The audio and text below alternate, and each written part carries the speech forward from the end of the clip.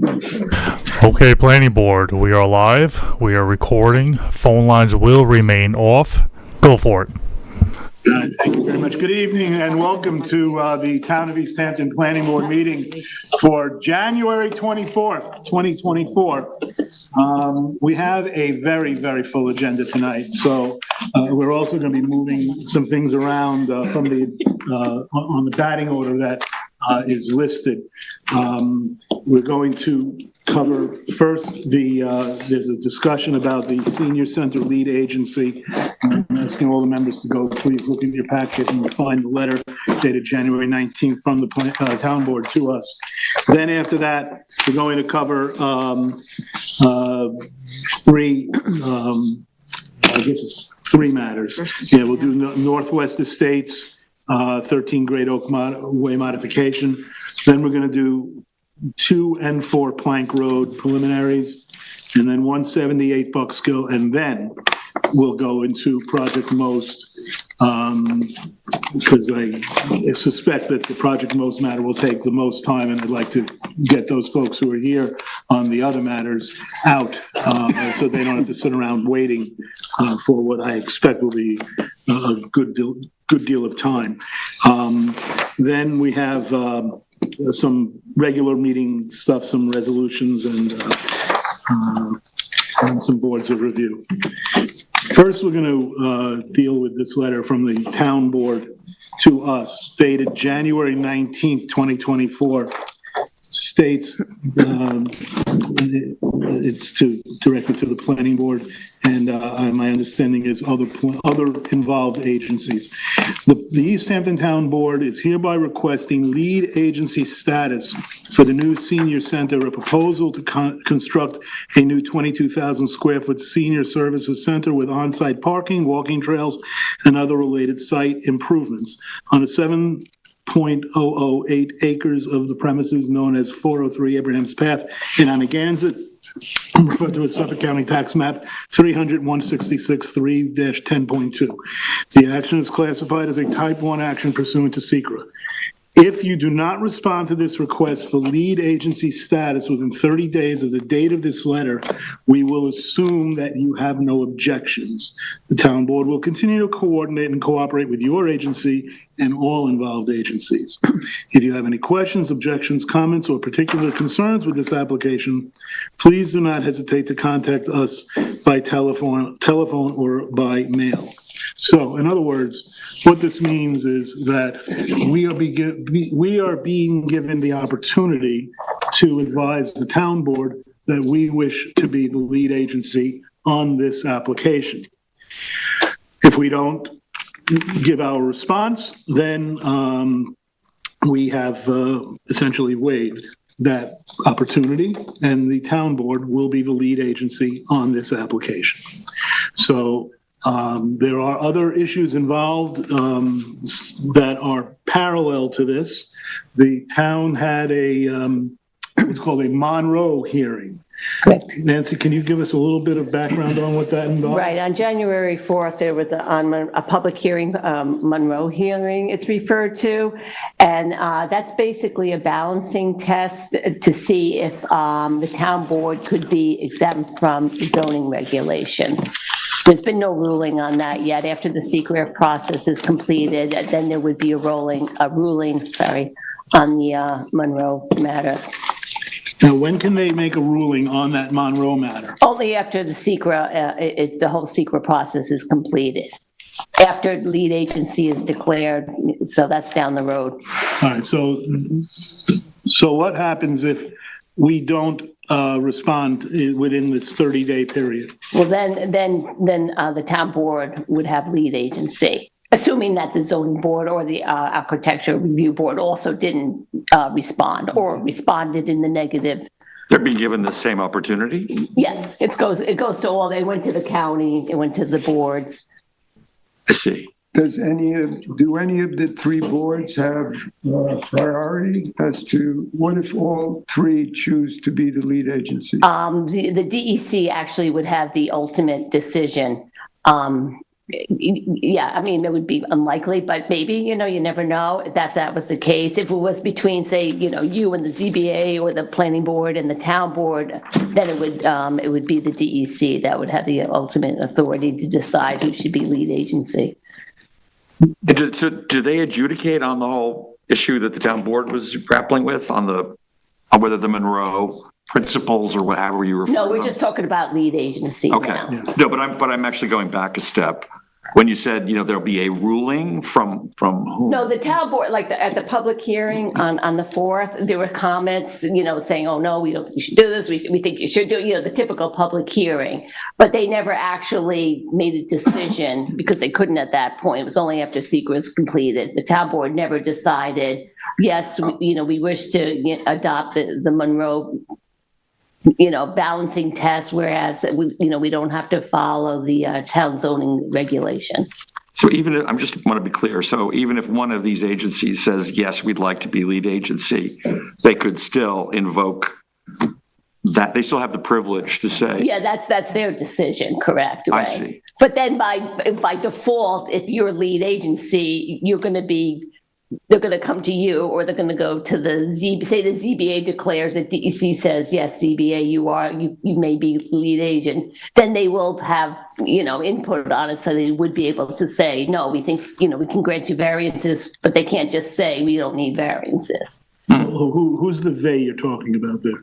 Town board. Town board. The town board, So right. the town board could they ignore the lead agency? I mean, let's say that. No, because they would be like you or ARB or ZBA would be lead agency. So then they couldn't ignore it. So, okay. So there is still, being the lead agency, we would do what we would typically do as lead agency, which means that we're the ones who decide whether, or whoever the lead agency is, whether there's going to be an EIS required.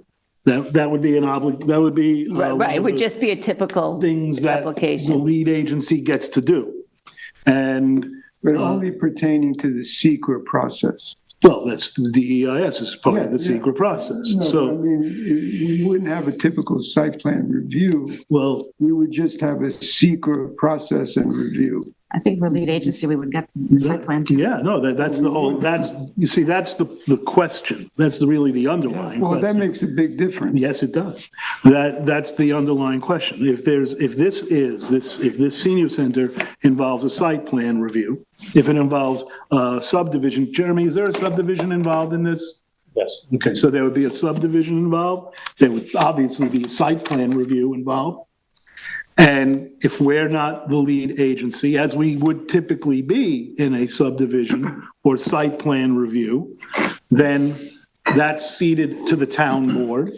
And our ability to act in the way that we ordinarily would in any ordinary application as the lead agency, doing things like declaring that there's an EIS required, that would be given away, ceded. So if the town board is the lead agency, does that mean we're relinquishing site plan review and all of the things that go along with our board? Are we relinquishing all Well, of that? yes, because they don't have to follow the town. But then, just if it gives you any kind of comfort, the town board did say in this letter and just indicated that they would seek input from the board. But they would still be the ultimate deciders. Right. Yeah.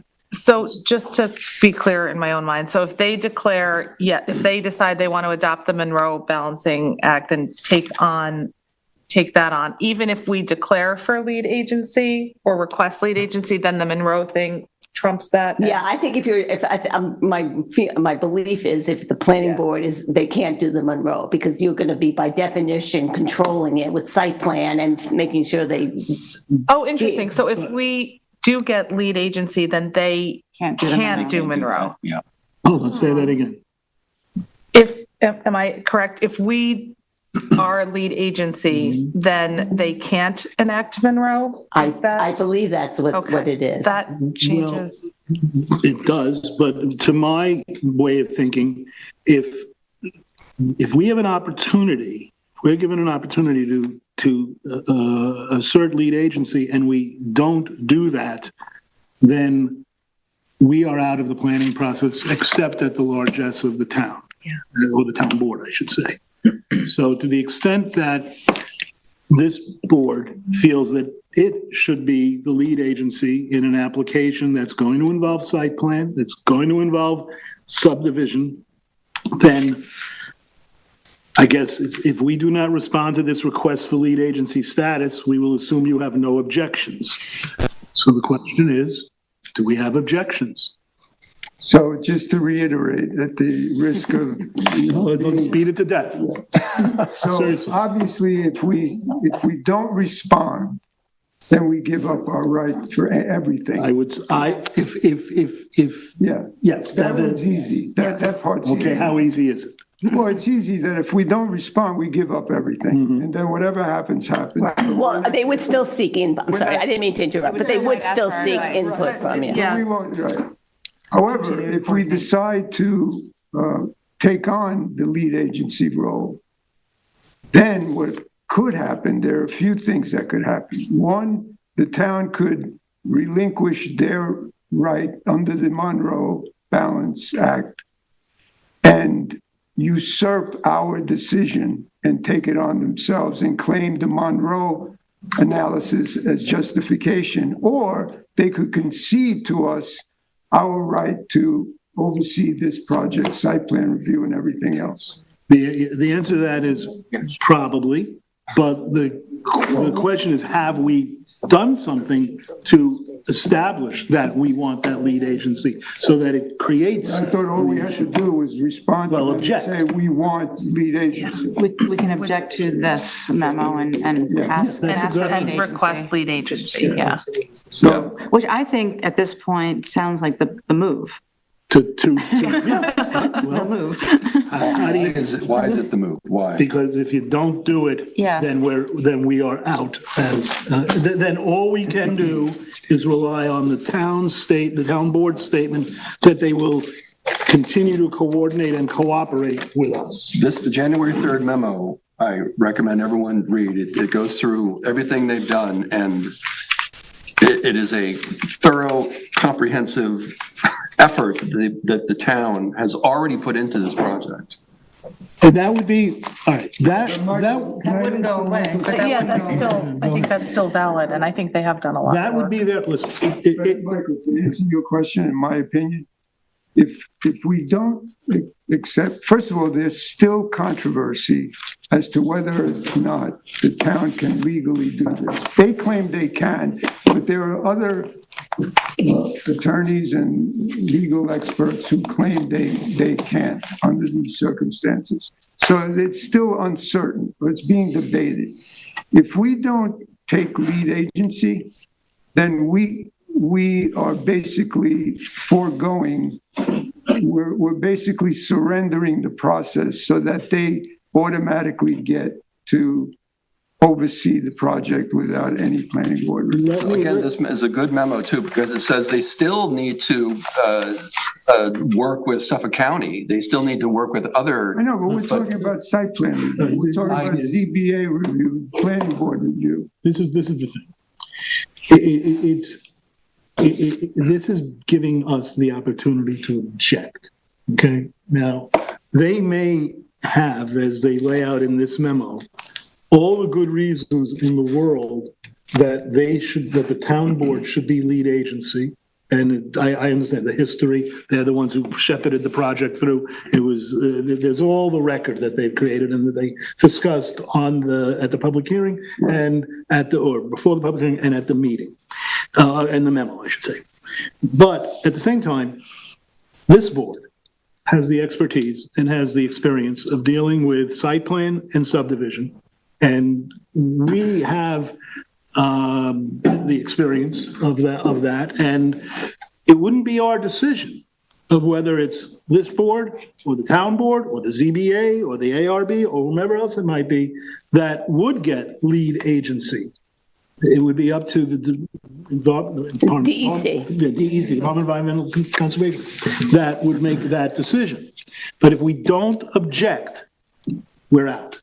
We don't get to have our voice at the table when the DEC makes that The decision. debate is over. Or what's I mean, unless somebody else debates, some other agency, ZBA, ARB. There's a few other non-town entities. Is Suffolk County Planning Commission one of them? Yeah, I believe. Okay, so any of those agencies that might say, oh, no, town board, you're not the ones who should make these subdivision decisions or these site plan decisions, it should be us, any number of other us's in the world. So the other non-town agencies, by the way, Suffolk County Department of Health Services, Suffolk County Water Authority, and the DEC. Okay, so it's not planning commission. Okay, all right, but there you have it. So the question for us is, do we wish to object? But just, again, if we object, the town can still say, thanks for your objection, we are going to move ahead. I think they can, Look, we might want, but if we don't object, we get if we nothing. don't object, we're out. We're out in terms of that conversation. Leaving our right to practice our. So we can object or not object. My question is, do they want lead agency for expediency, or is that one of the reasons, or? Who has the answer to that? Because Yeah. that's a great question. It's a good question. Do you have any insight into It that? might be just, it might just. I mean, are we Sharon, slowing down the It might process? just because they've been going at this for, for years, and they've had all the meetings, all the consultants, all the plans have been, they've been on top of it. Well, let me ask you this. If at a later date, like our next meeting is February 7th, okay? So let's say we object tonight, and in between then and now, the town board comes to us and say, all right, let's make it clear. It's not just a matter of, we will continue to coordinate with your agency. We will, instead the town board says, we will give to the planning board the following aspects of this application. Whatever we ordinarily might be involved with, water quality, traffic, impact on the community, the kind of things that in a site plan we would ordinarily look at. I don't know, because this letter only says what it says.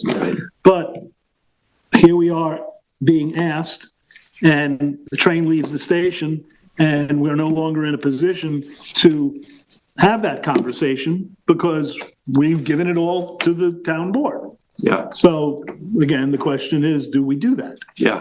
Well, I mean, to me, the one thing that we don't know is, can the town sort of overrule us? We don't know the answer to that exactly, right? Right. And my understanding from what I've read in the press is that 4 out of the 5 members of the town board would like to be lead agency. There's only one town board member who's felt differently. So I'm not sure if it's just a pro forma thing that. Well, It might be, but. Look, we don't know. But Ed, what we know is we've been asked. True. We know we've been asked. We know that we've been asked to respond within 30 days. So, and what we don't know is how quickly or slowly other things might happen. So that's the question. So should we vote? Well, the question is, do we have an objection? No one here is yet, well, Sharon. No. I think we do. Yeah, I think we have an objection. I think we should request lead status. Well, it's not a matter of, let me be clear. Okay. The letter asks that if we do not respond to this request for lead agency status, and the request is the request of the town board, within 30 days of the date of this letter, we will assume that you have no objections. Objections to the town them board being lead agency. To the request. Just to be clear. To the request. Yes. Yeah. So, do we have objections?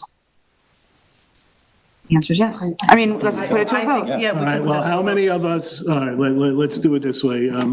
We'll take a vote. How many people are in favor of if you do not respond? So how many Responding of to us being are lead agency.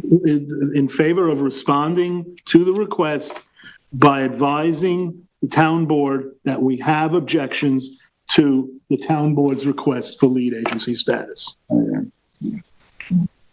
Okay. 6-1. Let the record note that by a vote of 6-1. Make sure. Although he probably would have voted that way.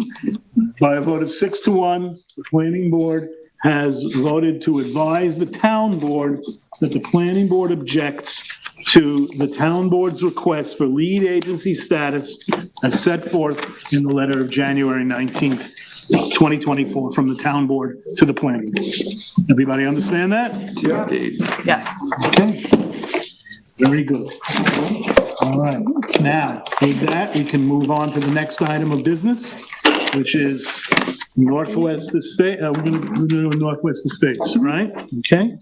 Northwest Estates, Tina, that's yours. Lou, you're the point man on that, and you're the applicant. Okay, the way this works is we'll first hear from the planning department, and then you'll have an opportunity to speak, and then Lou will lead the board in a discussion of the application. Thank you.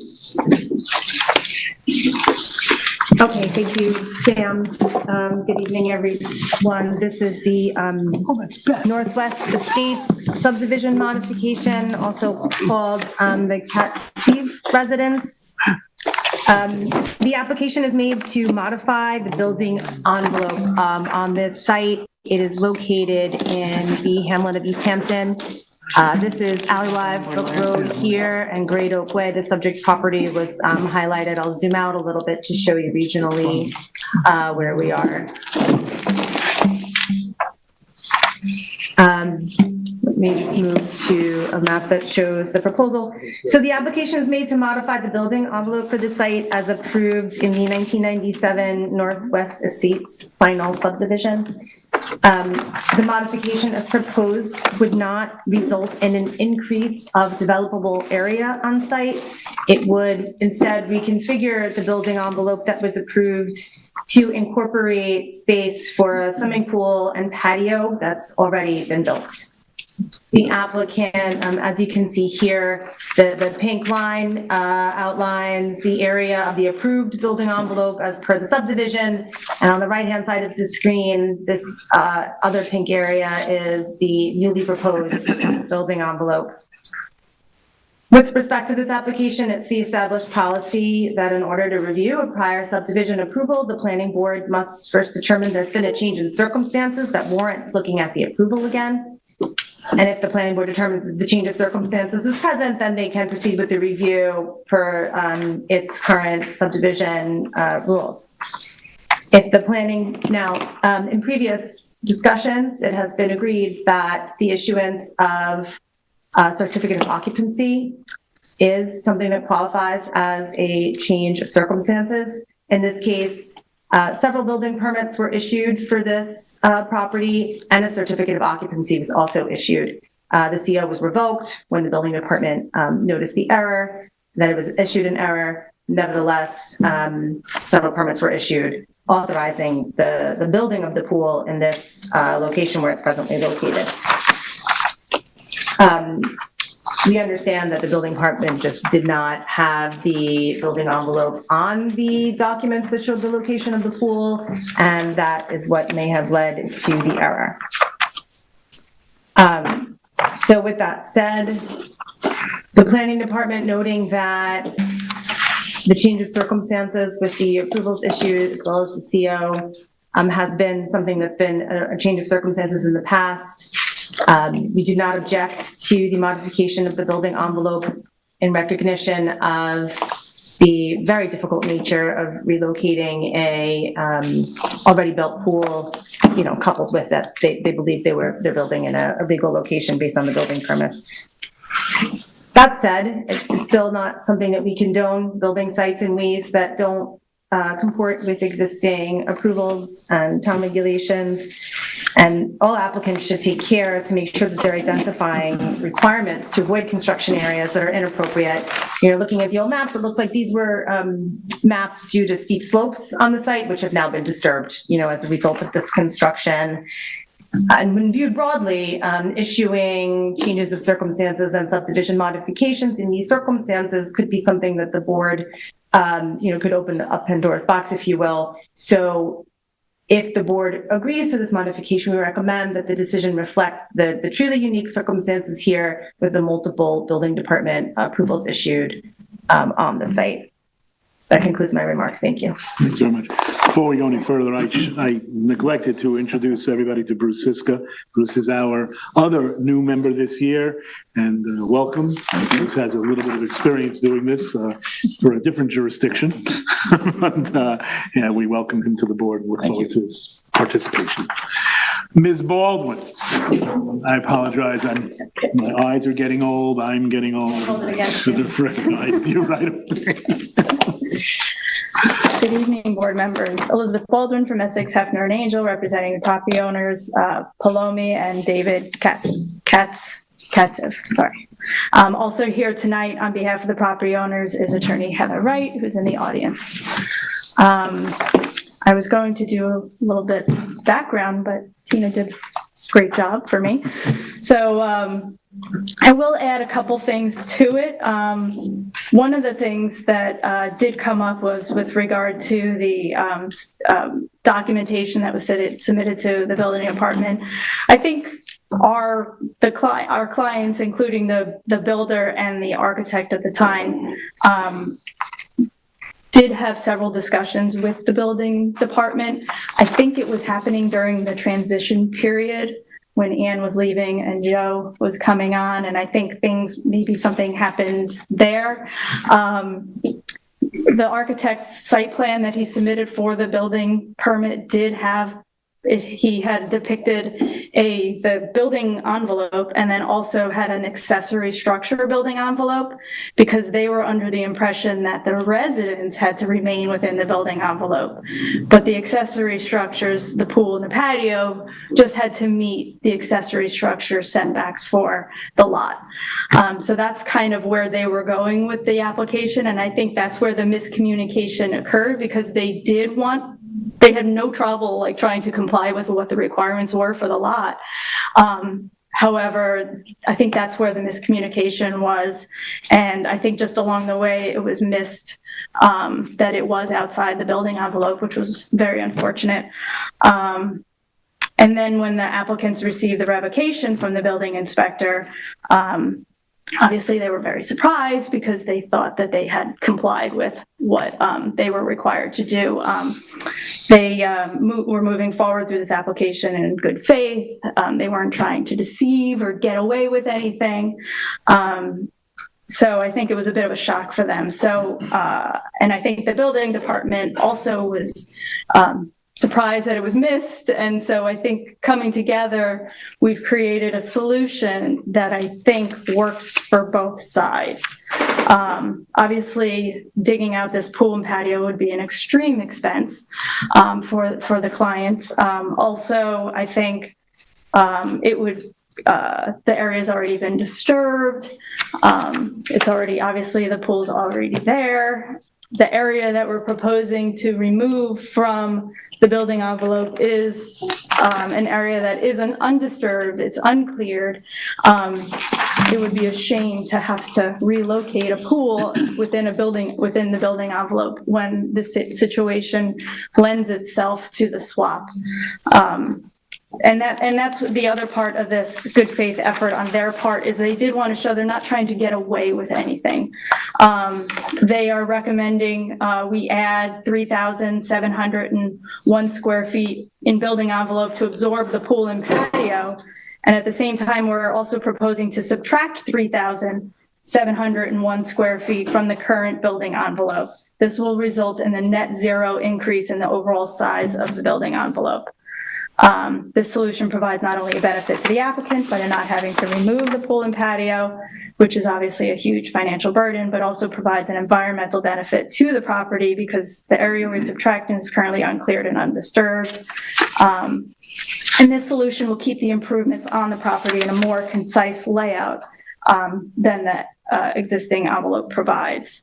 I know the board, the issue was raised with regard to change in circumstances. Tina had addressed that issue as far as that the building permits were issued on this property along with a C of O.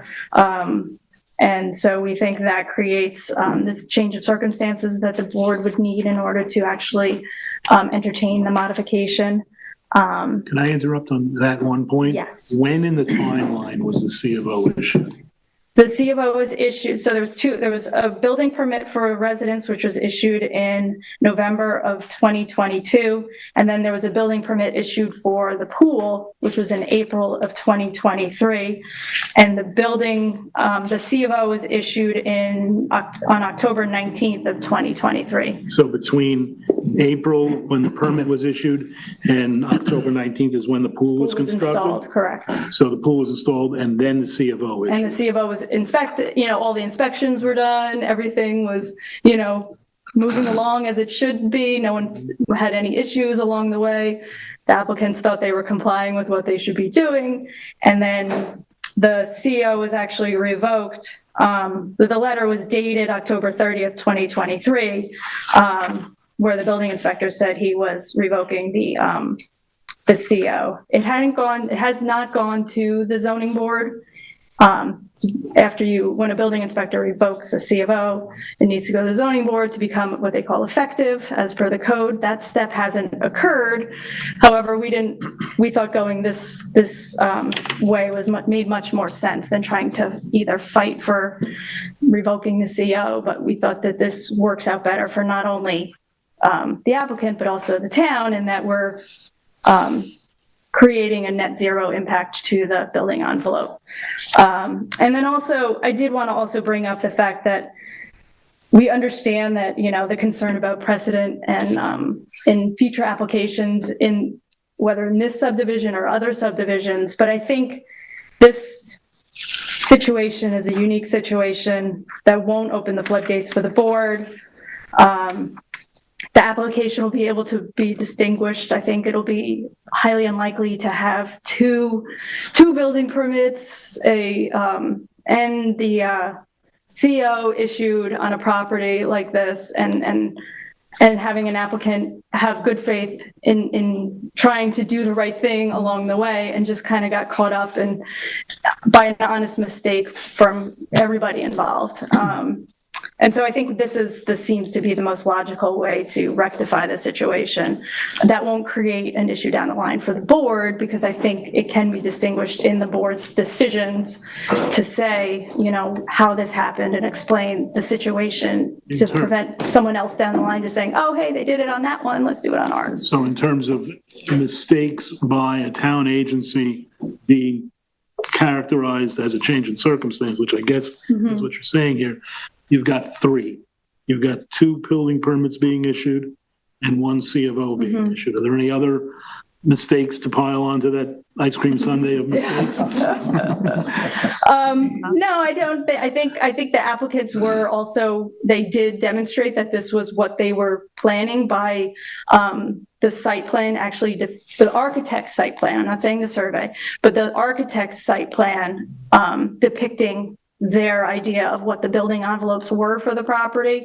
And, unfortunately, and I don't know this, if the building inspector's office usually requires building envelopes when they're part of the subdivisions be included on their surveys when they get submitted for building permit applications. I don't know, maybe that's something that in the future they always require, or I don't know. But I think, I don't think, I think the building department, I think it was just because it got caught up in that transition period, unfortunately. Well, but, just talking in terms of reliance on town actions, that's right. Okay. All right. Thanks. So, yeah, and so I think that's basically our request. And thanks. Thank you very much, Lou. Yeah, first of all, I think it was the right move to come to the planning board instead of fighting it with the ZBA. So I appreciate you taking that action, because I think it's the more civilized way to do that. But I agree. I think the CO being issued is a change of circumstance. The modification to the building envelope, it has no net increase in buildable area. It has no further clearing. The steepest slopes are still protected. And to undo what has been done would do more harm then good. I don't see any benefit to doing it. The only issue is the precedent. You know, that's really all we're talking about. But from a practical standpoint, it's absurd to undo what has already been built just to protect the original building. So as far as the precedent, I think I agree with you. I think the circumstances are unique in themselves. I think it's important that we cite those circumstances and how we arrived at our decision, so that they can't be interpreted as setting a general precedent. I would agree with what you've suggested to do, to just leave it the way it is, as long as we can somehow, in our approval, cite the unique circumstances that we have here, so that it's clear that we haven't set a new precedent. You know, Lou, you raise a really good point there. In addition to the C of O and the building department issues, the idea that it's going to do more harm than good to deny this application. I think that's not a change in circumstance, but it is the kind of thing that a future application that might say, hey, the town made a mistake on mine, give it to me. Well, in this case, and I think you're right, it should be in the resolution, when we get to that point, that it should conclude in the language that the board, hope I'm not speaking for everybody, but the board finds that there would be more harm than good if this application was denied. So maybe we can add that to the questions as, to when we go through the questions in a moment. Yeah. Okay? Anybody, is that it? Okay, anybody else have anything they want to add? I think he said it all. I think you said it nicely. Well, Lou said it all. I just picked up on the good things he said. No, he said it Lou all. said, thank you. Good. Yeah, exactly. Yeah, it's Lou's baby. All right, does the issuance of a building permit and CO qualify as a change in circumstance? Does. Everyone agree? Yes. Does the planning board find the proposed modification of the building envelope acceptable? Yes. Everybody agree? And now the third question, does the board agree that there would be more harm than good in denying the application? Yes. Yes. All right. Congratulations, and I promise I'll remember you next time. I don't take it personally. So procedurally, is it the board would draft the resolution and that gets Yep. adopted? Okay. Right. Sure, so I can tell the client what the next step is. Okay. Yeah. Thank you so much. Thank you. Thank you. All right, the next one on our plate is, we're gonna do 2 Plank Road and 4 Plank Road together. Sharon, 2, and then Michael will do 4. The same thing. Yeah, I mean, I know, it's like. I'll just repeat But they're everything different Sharon applications. says. You know why they're different applications? Because they're different fees. There you go. So, and this is, yes, and 2 properties indeed. Lisa, are you? Yes. There you are. Okay. You hear me and see me. Good evening. My name is Lisa LaCorey, and I'm reviewing these 2 site plan applications for you tonight. So I'm sorry. starting with, I apologize, Lisa. Yeah, I apologize, sir. The same drill as last time. Lisa will speak, then you'll have an opportunity to speak, and then Sharon, and then Michael will lead our discussion. Okay? Thank you. Apologize. Okay, Lisa, you're back. okay. So these are 2 adjoining site plan applications in what was called the Turnpike Commercial Subdivision on Plank Road, which is off of, or just to the west, I think it's west of Route 114. I don't know, the road kind of takes a bend. I don't know what direction we're going at that point.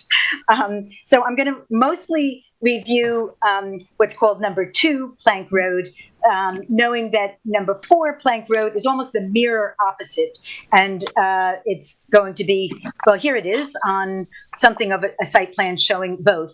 So the one on the top of the page is 2 Plank Road, and the one closer to the bottom of the page is 4 Plank Road.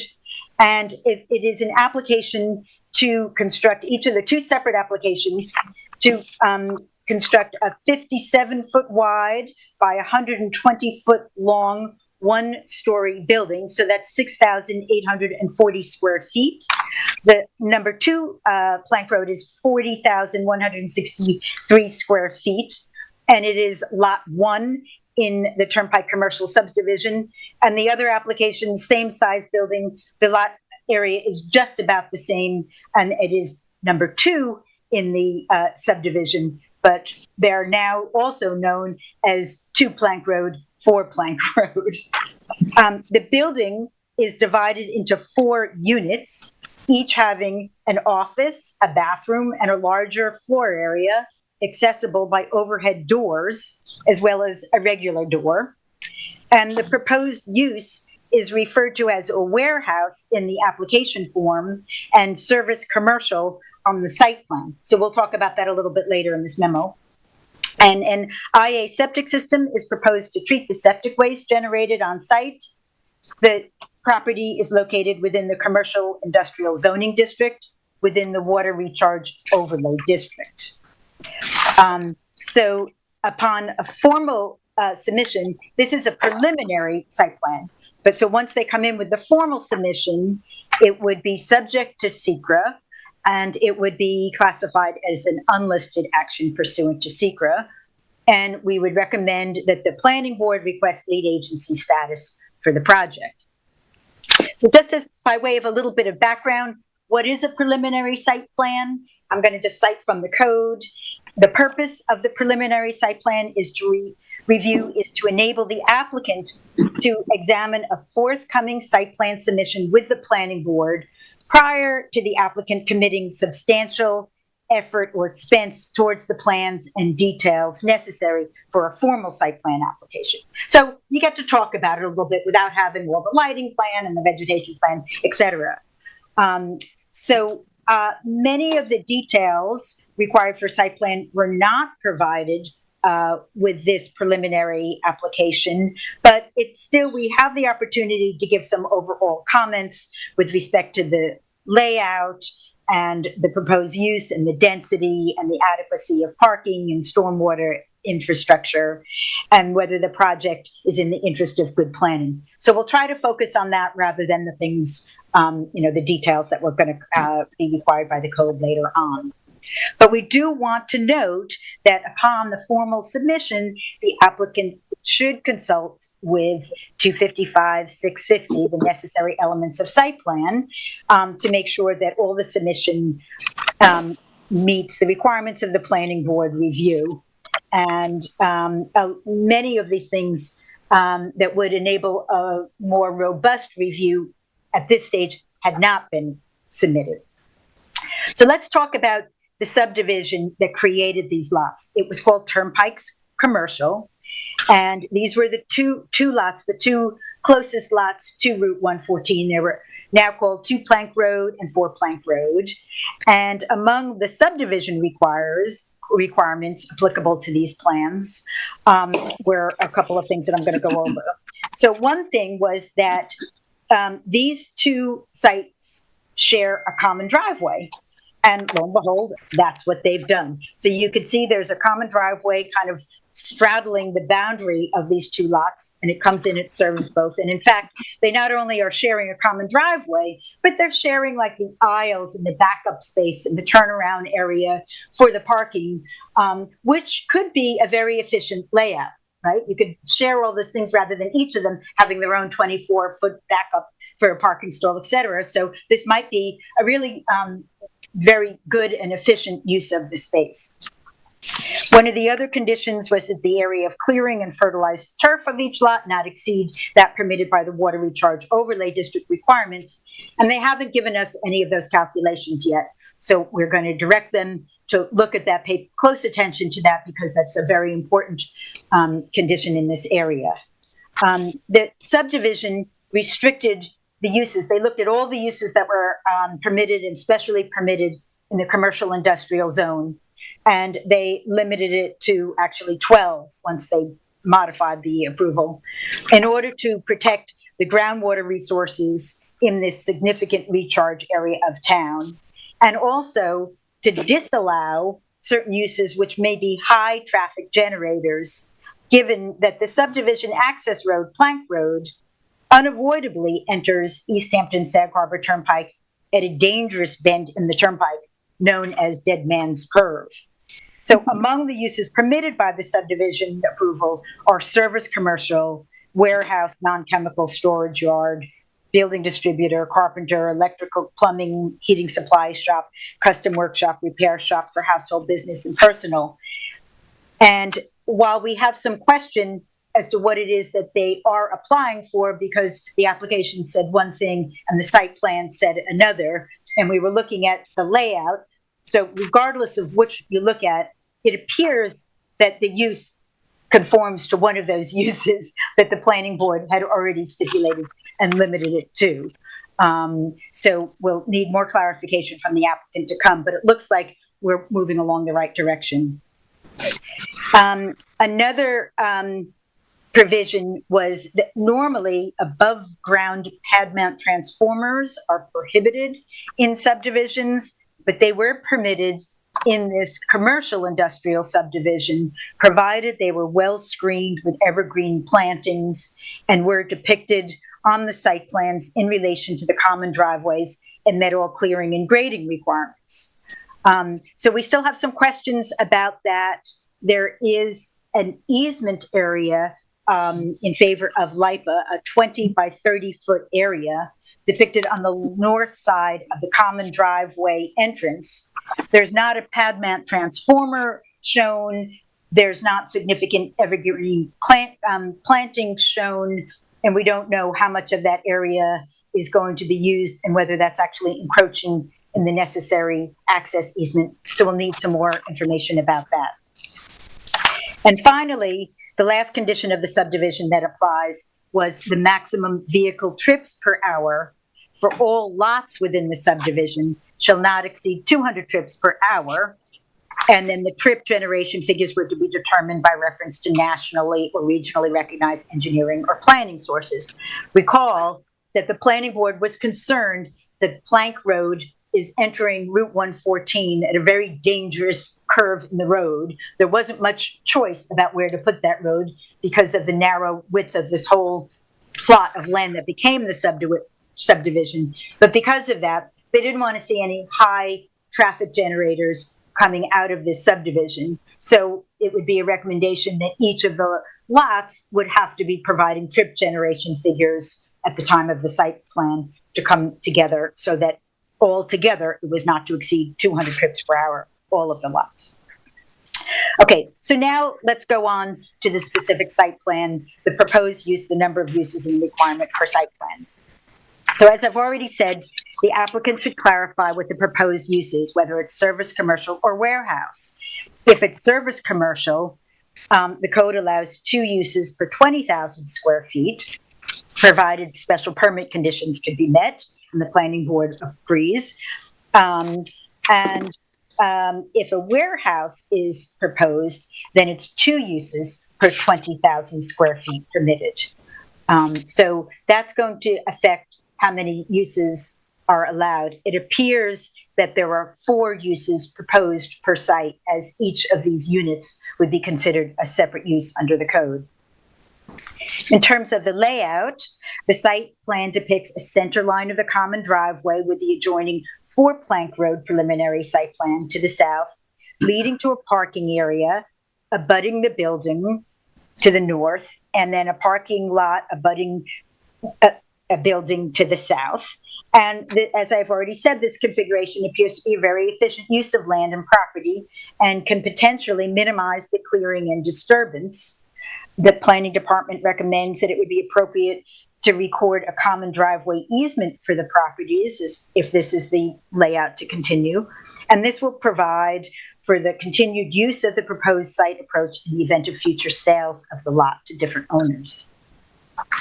Now, the preliminary submission lacks basic information necessary to determine whether the site plan meets zoning with respect to building setbacks and property lines, total coverage, total clearing, size and dimensions of the proposed parking and loading areas, including dimensional spaces, aisles, and site access driveway dimensions and turning radii, methods used for computing parking I'm not sure if I mentioned, 14 parking stalls, including a handicap access, are proposed in one truck loading space.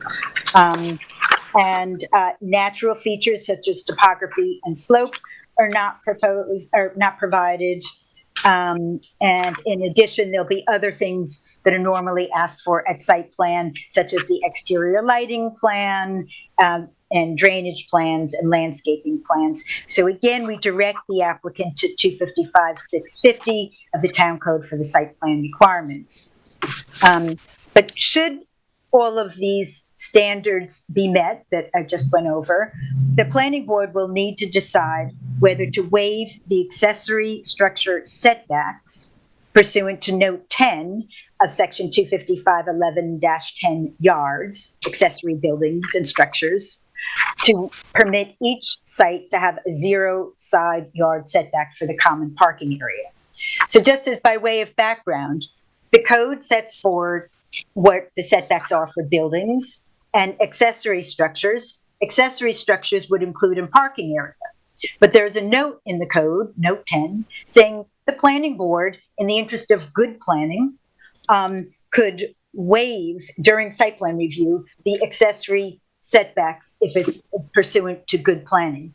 So in this case, the parking and the access and the aisles for the parking don't meet the setbacks because they're right on the common boundary in order to make it a shared area. So if all of this meets zoning, you would be asked whether you would be willing to waive the setbacks for the aisles and the parking as needed as accessory structure setbacks. So keep that in mind. Okay, so going back though to the setbacks and clearing and the water recharge overlay requirements, we just want to note that the lot coverage for a building is 30% maximum area, and this appears to meet it. Total lot coverage, which would be buildings, parking area, and all impervious surfaces, is 40% of the lot area.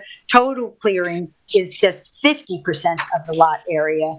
And then we've got front yard setbacks being 50 feet, side yard 15 feet or double if bordering a residential district, and rear yard 25 feet if double if bordering a residence district.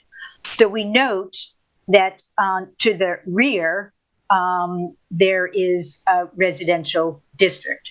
So we are going to need to be doubling the rear yard setbacks to 50 feet. So as I've mentioned, we've calculated that the 6,840 square foot building will comprise about 17% building coverage, and it would meet the maximum 30% coverage. And they have depicted on their plans 10-foot clearing around 3 sides of the building, not abutting the parking area. But they haven't given us any of the figures in terms of total lot coverage or total clearing, the front yard setback, the side yard setback, double rear yard setback. We can't determine that from the information that's been provided. And this is critical in deciding whether the building size and layout is acceptable. The height of the building, 27 feet, meets the maximum number of stories and height requirements in the zone. In terms of the internal layout and design and the number of uses, as I've said, the floor plan depicts 4 units, each having an office, bathroom, non-occupied storage area, and a large area accessible by an overhead door, allowing vehicular entrance and a separate pedestrian door. Each unit is approximately 1,700 square feet, has no windows or openings other than the overhead door and the pedestrian door on the southwest side of the building. So depending on what the proposed use is, either 2 uses or 4 uses would be permitted. So that needs to be clarified to determine whether the number of uses proposed is acceptable, could be met by the code. Okay, as the site is in the water recharge overlay district, and it has been identified in several plans as overlying the highest quantity and perhaps the highest quality of groundwater resources in all of East Hampton Town, the planning department recommends the planning board require the building and site be designed to comply with the revised planning board groundwater protection policy. And adhering to all of those standards will help prevent accidental spills, leaks, or regular use of commercial industrial chemicals from contaminating the groundwater resources. In terms of parking, access, and other accessory structures, 14 parking spaces, including one handicapped plus one truck loading space, are provided. The parking spaces abut the southwesterly side of an entrance to each of the units. The parking spaces extend the length of the building with no gaps or spaces for the overhead doors leading into each unit. And although the parking stalls in front of these overhead doors are not fully proposed to have curb stops, there's like an irregularity to it. It's unclear whether a truck could pull in given where the curb stops are. There are no parking calculations provided to demonstrate how the 14 spaces were determined, nor are there dimensions for the parking spaces or the aisles. And depending on how the computations are made and how the property is proposed to be used, changes to the number of parking and the layout to allow unobstructed access to the units may be desirable. So you see here the little areas of where there are curb stops and where there are some breaks, possibly allowing a vehicle to get into each unit, but it's not perfectly clear. As already mentioned, there's a LIPA easement along and overlapping with the common driveway proposed, that little blue area there. And depending on the structures proposed and the location of the structures within this easement, the usable width of the proposed access driveway may be reduced. This should be clarified along with the proposed width of the driveway. A minimum unobstructed 20-foot width for the driveway is required. To facilitate formal site plan review, the applicant should submit a copy of the LIPA easement to the planning board to allow full understanding of the nature of that encumbrance on the property. On the other side, there's a small backup area provided at the northwest end of the property, shared with the lot to the south. And although a shared driveway and backup area is commendable, there are no dimensions provided to determine if the area is sufficient. It is also noted that a fenced enclosed dumpster is proposed to be located within this backup area, further reducing the usable turnaround area. And insufficient information, such as the size of the typical truck anticipated, has been provided to determine if the turning radius for the truck to enter the loading space or whether the backup area is sufficient. And further, to help assure that the driveway, aisle, and turnaround area are intended to be shared with Lot 2 in perpetuity, legal documents should be prepared and filed. I think I meant, well, Lot 2 or number 4, Plank Road. Once additional information has been submitted, review from the town consulting engineer is recommended. There's also small concrete pads on each end of the long end of the building provided on the plan, and an explanation pertaining to the intended use of this platform should be provided. In terms of sewage treatment, the property is located in groundwater management zone 5, which allows a maximum sanitary flow of 300 gallons per day per acre, applying the general Suffolk County Department of Health Services general industrial density and hydraulic load standard of 0.04 gallons per day per square foot. The proposed 6,840 square foot building would generate a flow of 273.36 gallons per day, and therefore it appears to meet the 300 gallon per day maximum for the site. An IA system is proposed to serve the property, and it will require Suffolk County Department of Health Services approval. In terms of clearing, grading, and drainage, for this preliminary application, drainage plans have not been provided. We expect that plans to meet the town standards can and will be provided as part of the full site plan submission. We also note, however, that due to the topography and the proposed changes, a slope evaluation and proposed grading plan will be required in addition to the drainage plan. It is further recommended that the Planning Board groundwater protection policy standards be met for the building, drainage, access ramp, and loading docks.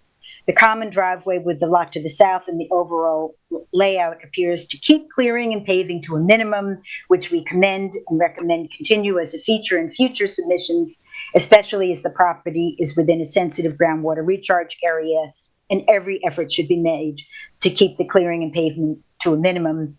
Clearing calculations must demonstrate compliance with the maximum 50% lot area standard. So for this preliminary application, no information pertaining to site landscaping or screening has been provided. And upon formal submission, a comprehensive site landscaping plan should be submitted. And we've outlined what the elements of that should include, and encourage the applicant to use native vegetation wherever possible for new plantings. And we also note that heavy evergreen screenings have been required in the subdivision for the above-ground pad mount transformer, and this should be part of the full site plan submission. Similarly, lighting, upon the formal submission, a comprehensive site lighting plan, which meets all of the provisions of the town code, as well as the planning board guidelines for exterior lighting, should be submitted. And a comprehensive site lighting plan must include many of the elements, and we've listed them all in this memo. The design character of the building is proposed to be a post-frame construction Morton building clad in HI rib steel siding. Fire resistance details are provided. The board should review with the applicant whether this type of building can meet the planning board groundwater protection policy standards for flooring and the ARB standards for commercial buildings. In terms of archaeology, the site is within an archaeological buffer zone as per the State Historic Preservation Office Cultural Resources Information System, and the planning board should determine whether to require a phase 1 archaeological investigation to determine the presence or absence of cultural resources in the project area's potential impact area. Traffic, as mentioned, a requirement of the Turnpike Commercial Subdivision was that the maximum hourly trips generated by all lots in this map shall not exceed 200 trips per hour. And they tell you how to figure that out by recognized engineering or planning standards. So in order to comply with this condition, trip generation figures must be provided and evaluated as part of review of the site plan. Title of plans, all plans submitted for this application, including but not limited to the site plan, drainage plans, landscape and lighting plans, must be labeled with the title of the project. This title must be consistent with the title that the applicant was filed under unless an official request is made to modify the application name. All correspondence submitted should also be consistent with this title. This consistency is essential for record-keeping purposes, and any plans not so labeled will be required to be revised accordingly. So in conclusion, the proposed layout utilizing a common driveway and a shared parking area aisle space appears to be a very efficient way to develop this property and limit the amount of clearing and overall paving.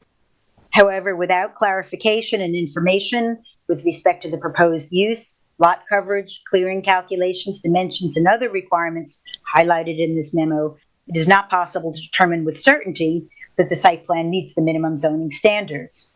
The area is within a highly sensitive groundwater management area, and every effort to minimize clearing and coverage should be incorporated into future plans. It is further recommended that the planning board groundwater management protection policy standard be met for the building plans and site development. Given the fact that the access road to the site, Blank Road, unavoidably enters East Hampton Sag Harbor Turnpike at a dangerous bend in the turnpike, trip generation figures for the proposed use must be provided. The planning department advises the applicant to submit revised and additional plans and response letter to this formal site plan submission, and the letter must respond to each item and number it and identify how and where in the plans the comments are addressed. Any of the changes to the plans should be noted, and only the items deemed unnecessary by the planning board during the board's deliberation may be omitted. So I'm not going to read the memo for the other site plan is just about identical. As I said, the plan is flipped. The LIPA easement is not on number 4 Plank Road, and the trash receptacle appears to be on 4 Plank Road, not 2. But other than that, all the issues apply. Thank you for that very thorough report in a preliminary way. We'll one day have an even more thorough report when there's a real application. It's a formal application. Sir.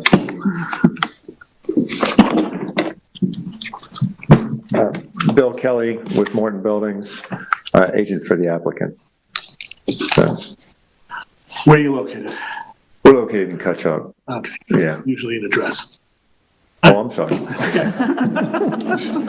22355 Cox Lane, Cutchogue, New York. Thanks very much. Phone number? No. I'm not writing it down. It's being taken. Okay.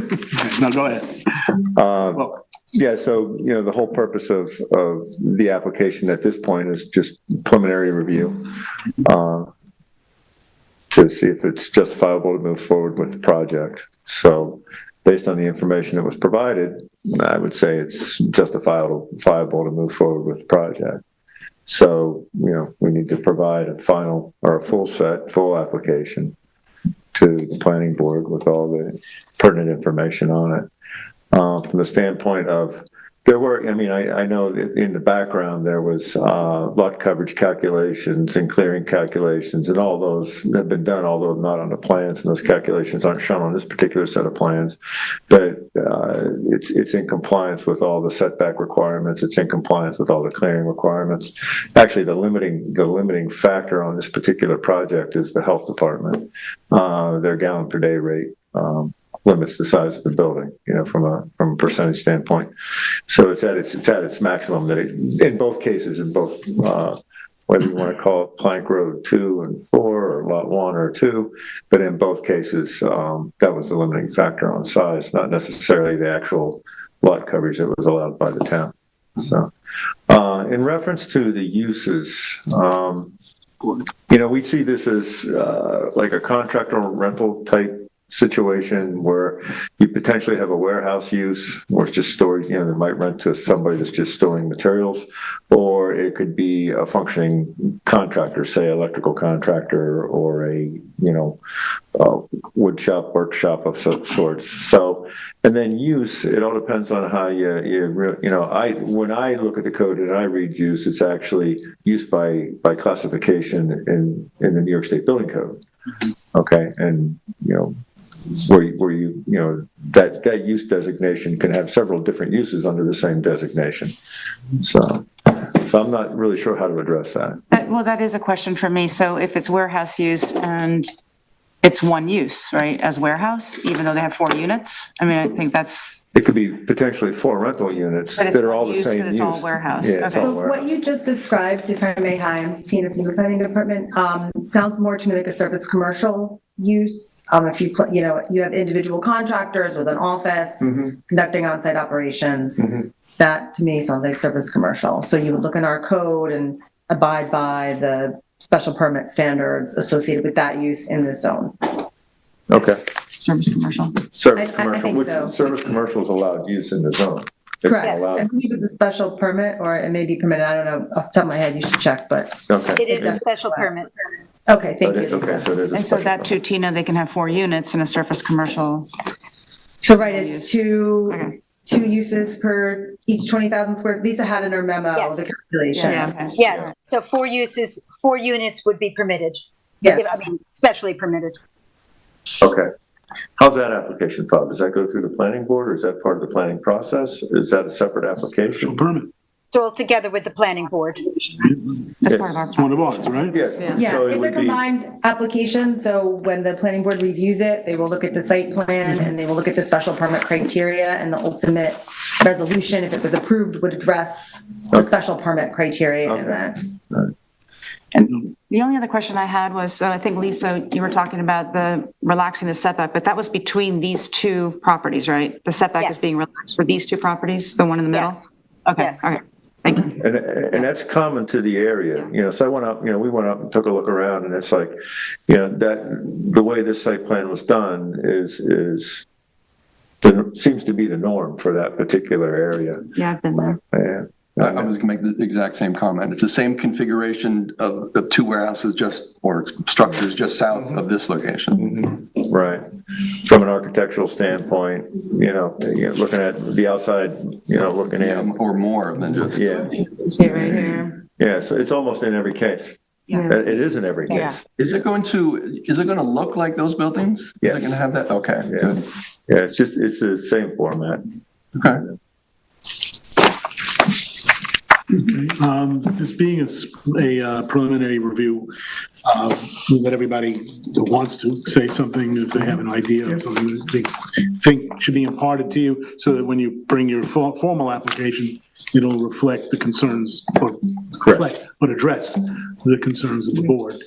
But this being slightly unique in that we have Sharon on the left and Michael on the right. Do you have anything else you want To be honest with you, impart? Lisa said it all. Yeah, Lisa, you do have the benefit of Lisa's very, very Clean up the plans and submit a formal I application. mean, I think, I think it's there. I've been in that subdivision. I've gone to, a friend has an artist studio in one of these. I've been there. I know what they look like. And if you conform to the standards Right. and whatever, I don't have a problem with it at all. And I'm assuming, you can handle the flooring, Yes. and, just be protective of the groundwater. Right.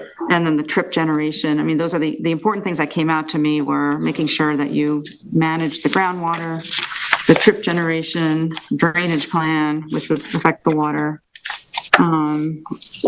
Archaeology. And I'm curious if if archaeological stuff was done on this, before I make that decision. I was just curious if it's ever been done here, on the other. I could look that up in the CRIS system. I didn't, so I could let you guys know. I wouldn't want to impose that if it's sort of never been done there, or if it has been done and nothing's turned up, I don't know. It we was can a look very into it. wooded area entirely until about 35, 40 years ago. And then first good friend came in and the residential stretch along South Breeze, which is just to your north. Before that, many, many, many years ago, it was cord lots for the folks who lived down in Wainscott. They would go up there, I guess, every fall and cut down a few trees, and that would be the warmth for the winter. But I don't know how that ends up being an archaeological concern either. Well, from before that time. Well, yeah, okay, well, yes. Colombian, maybe. Well, we can go back. I'd be just curious of the history of this whole subdivision and what's gone on there. I always find it interesting that when you look at the aerial, you have a place that's completely developed. These are the last two lots to be developed in that area. And you say, all right, what's the archaeological impact? Well, like I said, just for me, let's just look at the history of what's been done there, and I think that's wise. Yeah. I do. Let me see from Sharon go ahead. and then Michael. Yes. Let me do Michael. Let me see. I'm done. Go ahead. You done? Yeah. It's on you. No, I just want to commend you and highlight, I want to take a special note to the fact that you are limiting the size of your building based on the sanitary flow restrictions. I applaud that, because that usually doesn't happen.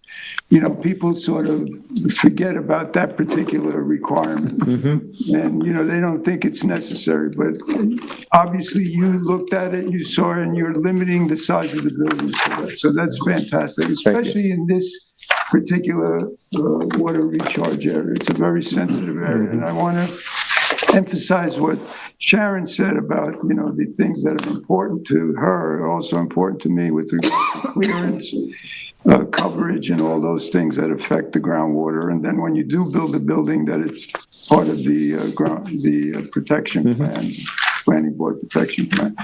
So yeah, those are my important issues, which I'll pay special attention to when you come back to us with your more detailed plans. Very good. Again, thank you for paying attention to that sanitary flow restriction. I've discovered that that's the starting point anymore. Appreciate it. Good. Water is important. Yeah.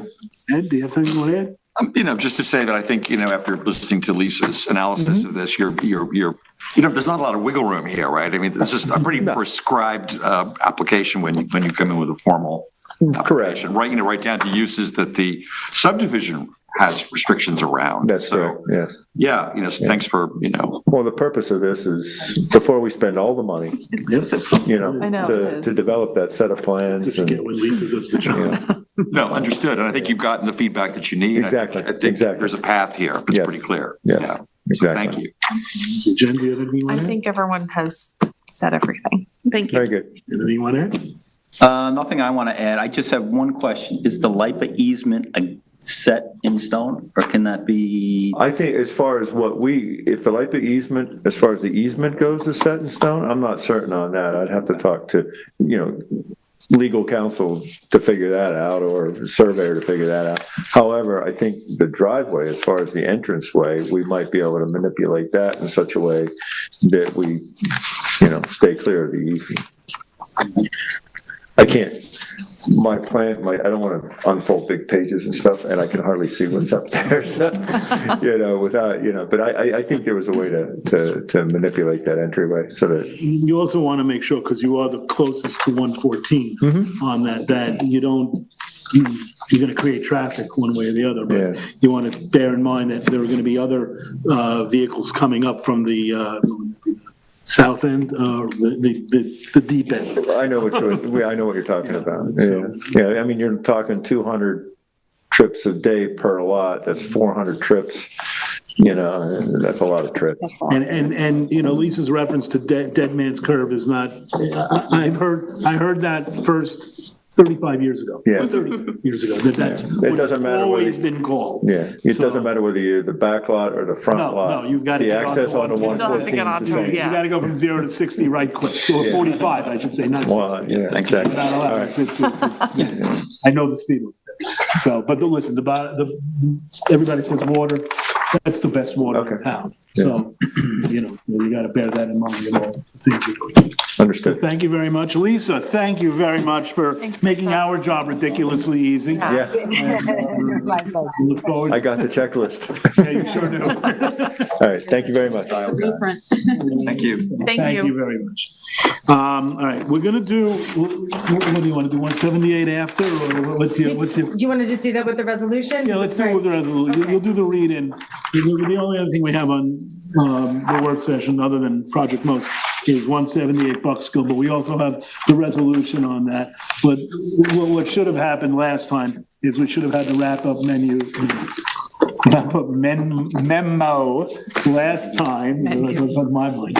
And we didn't, so we're going to do it this time, and then we'll go directly into the resolution. But before that, Project Most. So we'll do,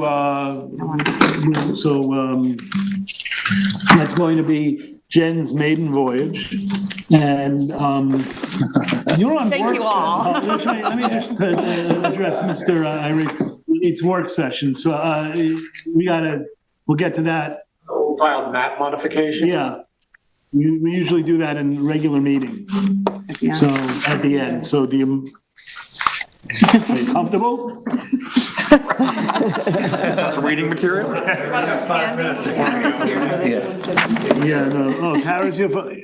All right, I tell you what, folks from Project Most, do you mind if we, Get to the- you're very yeah. kind and generous to our. Races a dear friend. Yeah, who knows, you might be in Sag Harbor Justice Court one day.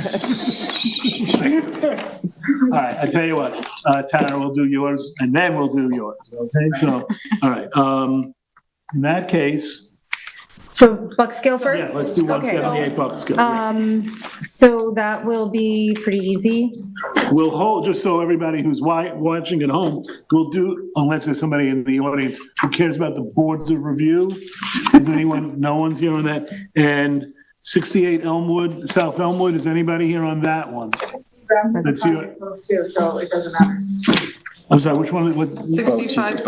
She's doing both. So you're here on Project Most. If you're here for Project Most, all right, then get comfortable. Okay. All right, in that case, you know what we'll do?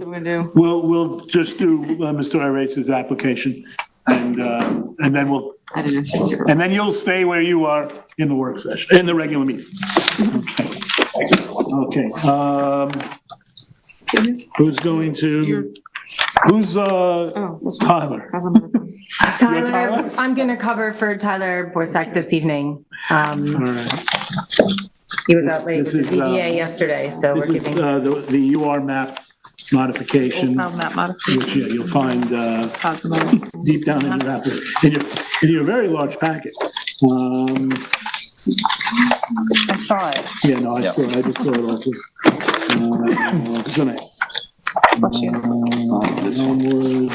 The driveway. Fine print. It's all the way at the end. Yes, that's right, yes, the one with the handwritten, application.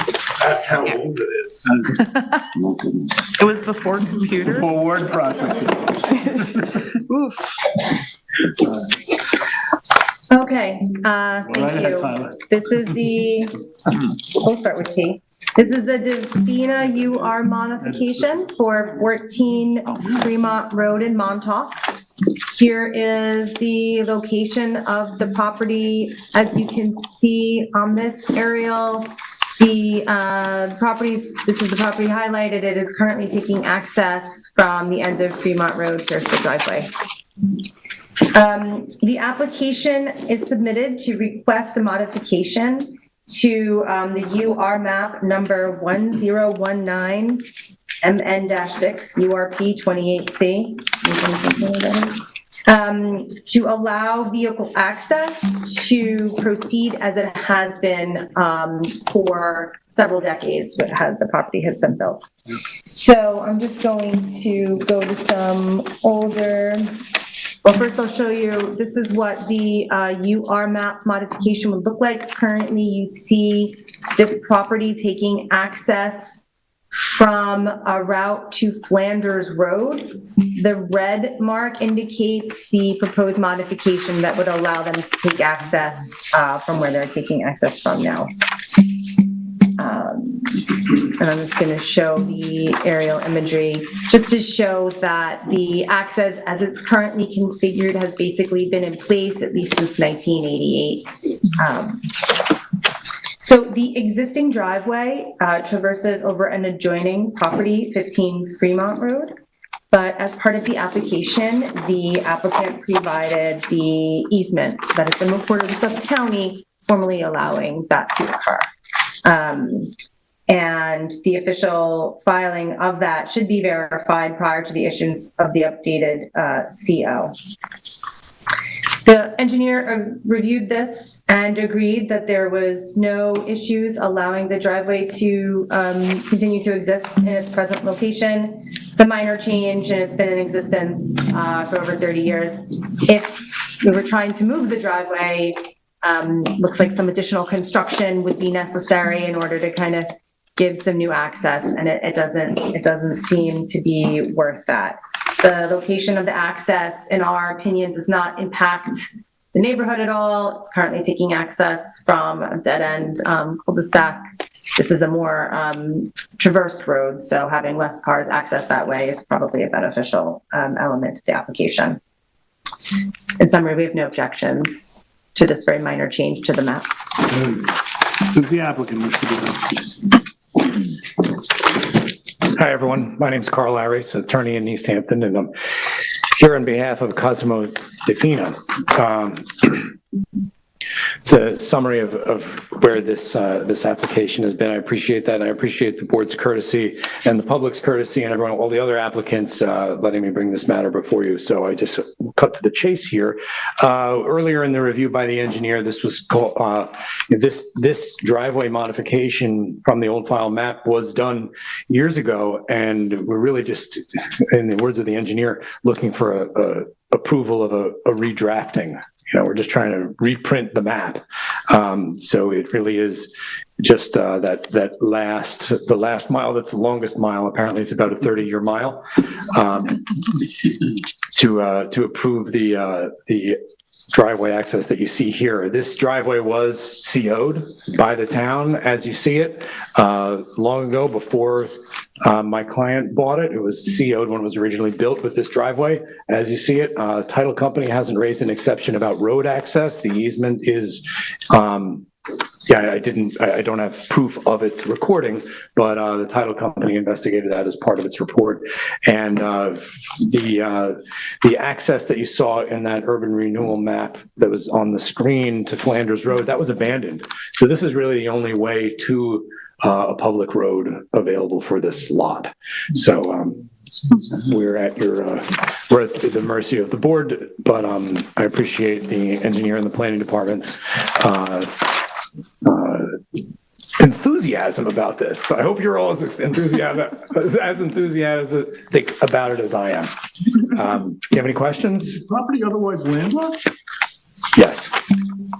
Well, but for the but for what you're trying to do. Yeah, it wasn't, but it wasn't when the driveway was originally built. Right. There were the old file maps for the access out onto, depicting access out towards Flanders Road, but in the years since, those have been abandoned to other surrounding lots. So now this is the only way out over the easement. Well, I mean, you'd have to like kind of construct a new access to the existing, but right, you might not have access through this with these other lots. I mean, this doesn't seem to be part, oh no, this is part of this flag lot. Yeah, I see what you're saying. So you'd have to get either access from this person, right? If you don't have access.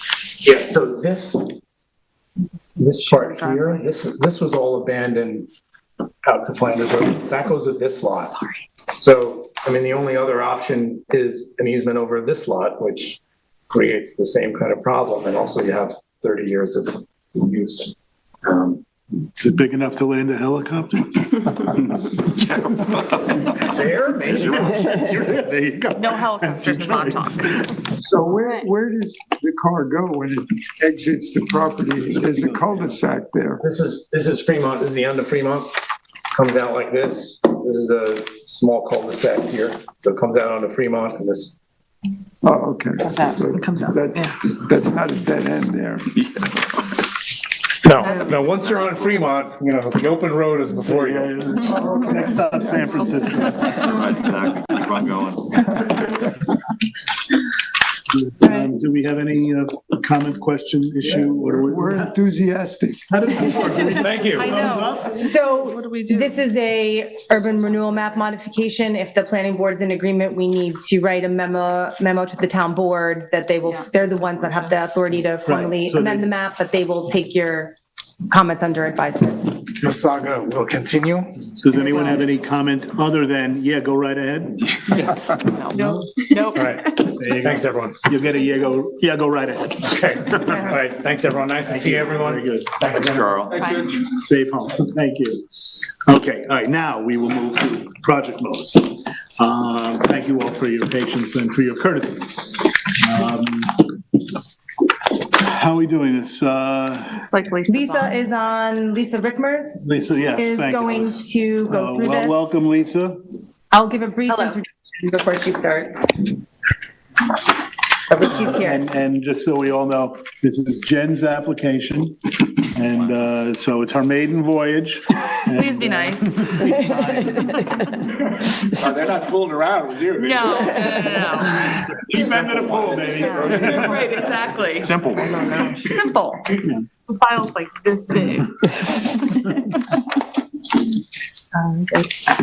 Okay, so this is the application for Project Most Community Learning Center. It's a site plan special permit. Lisa Rickmers did most of this review. She's going to give this report. I just wanted to first say, although I'm not a decision maker on this application, I wanted to disclose that my child does currently go to Project Most at one of the schools in town. My other child used to use it when she was young enough to do so. I do not feel that inhibits my ability to look at this in an objective manner. The other introductory comments that I'd like to make just relate to some developments that have been happening since this memo was issued to the board and posted publicly. There has been new information submitted by the applicant's team, which I'm sure they'll go through later, that did clarify some of the student issues that were reflected in this memo. We also have received public comments today, earlier, and I had forwarded them to the board as well as the applicant's team, from community members raising concerns regarding the application's neighborhood and environmental impacts. Unfortunately, because they were reviewed today, neither Lisa nor I have had the ability to really thoroughly go through them. Where we can touch on some of the highlights of those, we'll try to show that to the board, but that's something that obviously we need to continue to address. The other thing that's occurred is that we did receive notice that there was a petition circulated by Project Most, and several hundred members of the community did sign in support of the project. And I think we sent that to the board as well. That's been put in the record, right? Yes, I've been working with Jody. I believe we've got all these updates within the record, and we'll continue to make sure that everything's in the official file. Great. So with that, I'd like to turn it over to Lisa, and she'll bring you through the report to the board. Okay, hello everyone. As way of background, this has been before the board before. The previous applications were reviewed by the board on February 1st, 2023 and June 14th, 2023. There was a planning memo prepared for the November 15th meeting, but the file was adjourned at the applicant's request, and they made some additional revisions based on that planning memo. On December 6th, the planning board did review the SEAF that was prepared as part of the secret documentation and accepted it to initiate the coordinated review, but otherwise did not return to reviewing the application. Just a general overview of the project is it's located at 92-3 Mile Harbor Road in East Hampton. It's a 2.4 acre parcel, zone residence A. The proposal is to include demolishing the existing structure, the neighborhood house, and moving an existing 2-story structure to the site to serve as the Project Most facilities. Their facilities will provide daycare services as well as aftercare for school-age students, and summer camp for students as well. It's classified as a semi-public facility in the East Hampton Town Code, and the proposed gross floor area is 7,623 square feet. The prior planning board memo raised several questions, which the board didn't get to consider at the time. So I'll just, and the applicant addressed some of them already, but I'm just going to walk through those questions and the questions that perhaps remain. One of the questions from the previous planning board application was the lack of a dedicated truck loading space. It's hard to see on the site plan, but where that hand is, there is, instead of having a dedicated truck loading space, they have a truck park allowance that's in the student drop off and pickup area in front of the Project Most facility. This, according to the applicant, provided information which suggests that there will be truck deliveries will be very rare for this facility. They're not necessary for its daily functionality. They're not part of normal operations. And they assure that such deliveries, when necessary, would be coordinated with staff to occur outside of student drop-off and pickup times. The board should consider whether they find this compelling and that whether a dedicated parking for a truck delivery is necessary or not for this application, if this could serve as the truck delivery location. The second question that arose in the previous application and continues to be an issue of concern, though, as Tina mentioned, we did receive an email, I believe it was yesterday, trying to clarify, which is the number of students and employees that are going to be present at the different times at Project Most. This is a number that's important for a variety of reasons, but primarily because of parking calculations, which are going to be based on largely on the employee numbers. The parking and queuing analysis, which was provided for the last application, had conflicting numbers compared to other documents. In this application, the applicant has chosen not to update that previous parking and queuing analysis. So in our current memo, we sought clarification on this. In the email received in the last several days, they did write to assert that the maximum number of the maximum number at any time of year present on campus on this location would be 75 students, which would be 75 campers during the summertime, and 14 staff. In addition to that, there's one apartment located in the for caretakers apartment here, so that would be 90 total at this location. This is the maximum permitted based on the authorized sanitary flow. In previous submissions, there was some suggestion that a variance could be sought from the Suffolk County Department of Health Services, but the most recent email received just a couple of days ago asserted that there was no intent to seek a variance, so 90 would be the maximum present on site. An additional element of the site plan that is we raised a question of in the last memo was the presence of an ADA parking space in the student drop-off and pickup area. The space is labeled number 4. We questioned the viability of a parking space in the drop-off and pickup area. In the most recent memo we received from the applicant, they indicated that this would be used for dropping off of students requiring ADA access. After review of the plan and consult with the traffic engineer, we don't have an issue with that use of the spot. However, the planning department finds it at an acceptable drop-off spot, however, not a parking spot on the site plan.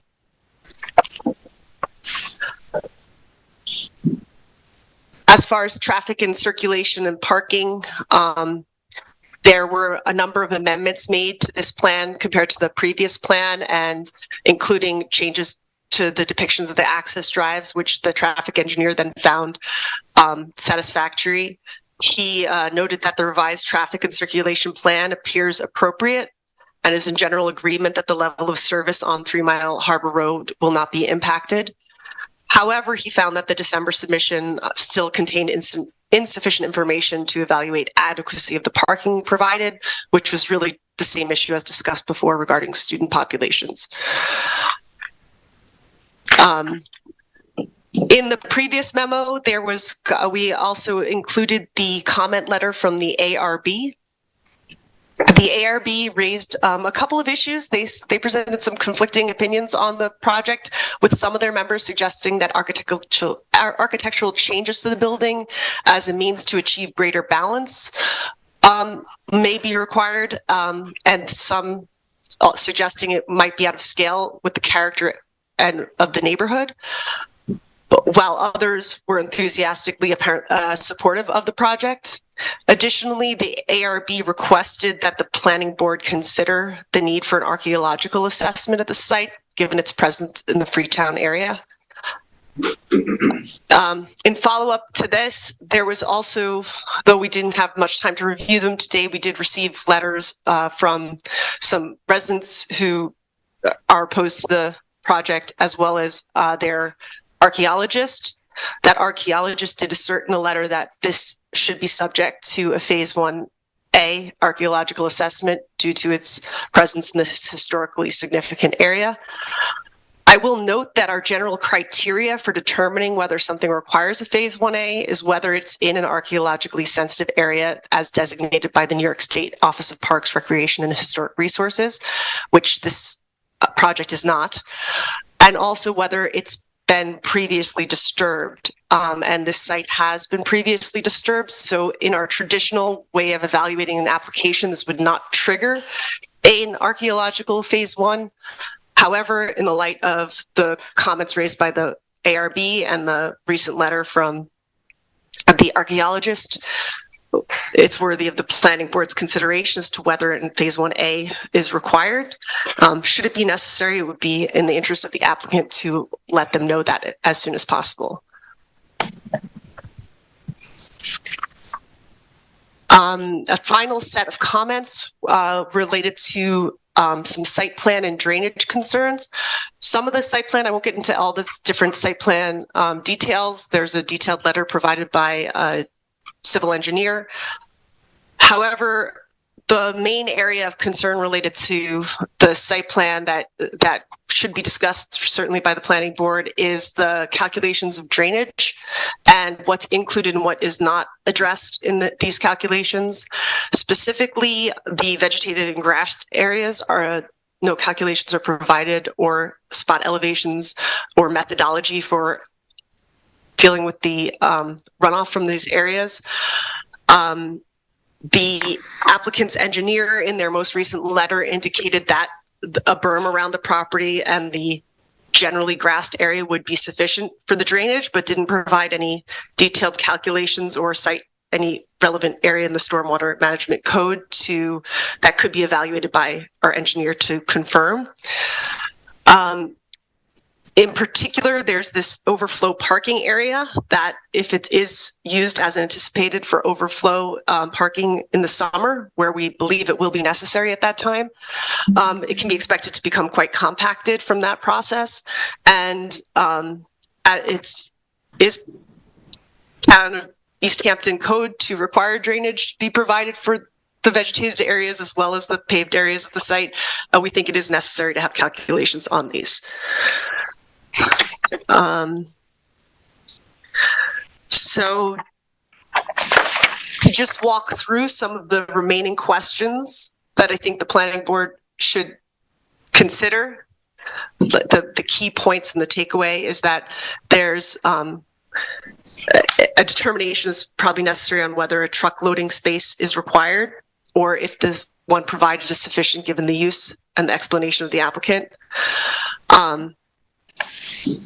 If this most recent information submitted regarding the projected summer populations satisfies the planning board as understanding as far as how many employees and staff parking spaces are required for the site.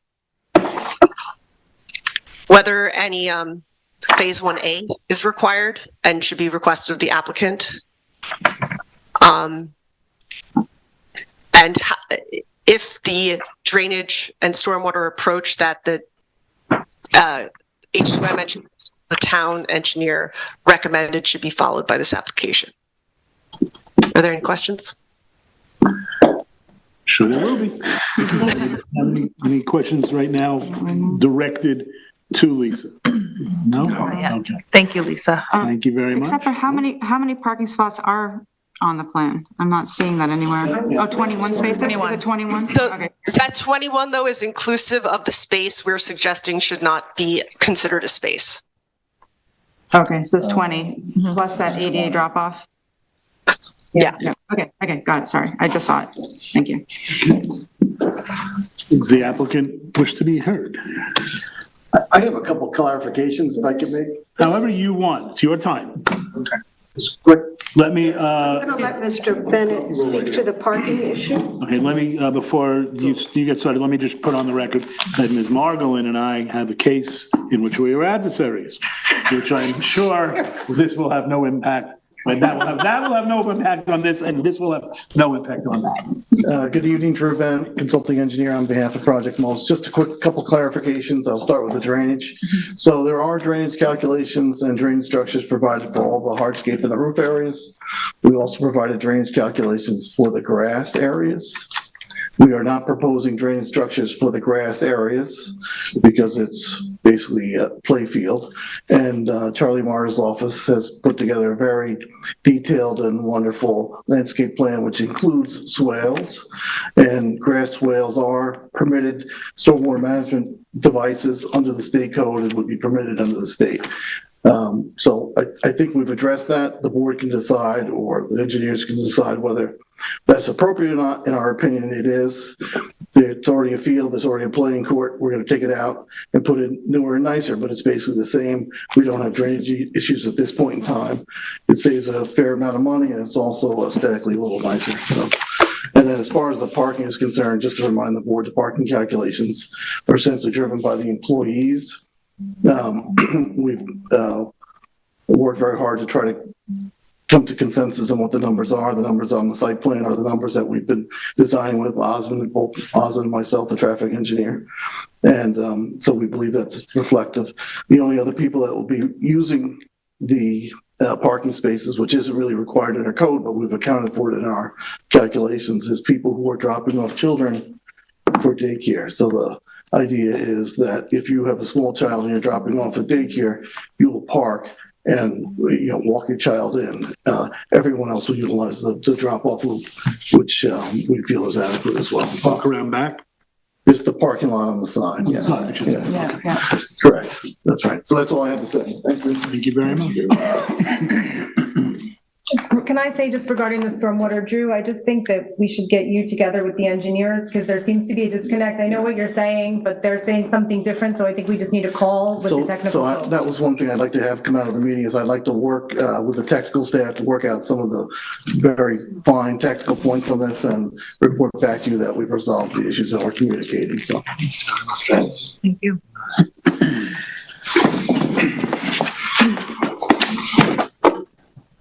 Good evening. My name is Linda Margolin. I'm one of the attorneys trying to get this project approved. What I did want to say is there are no parking requirements in the code for a facility like this. But of course, we're as interested as the board is in making sure we have adequate parking. But we do think that our assumptions, which basically tie one car to every child that's being dropped off and every staffer, are actually pretty conservative because in the experience of the applicant, that's not actually what happens. It's just difficult to predict how many sibling pairs are going to be part of the camp experience, how many people are going to carpool, how many staffers are actually going to be dropped off by their parents because they're young and they don't necessarily have their own car. But it's been the applicant's experience that one car for each one of these is not actually what happens. So we think we have more than enough parking to handle what the actual experience will be. I just can't tell you in any given year what it's going to be. Other than that, we do believe that this is an unlisted project.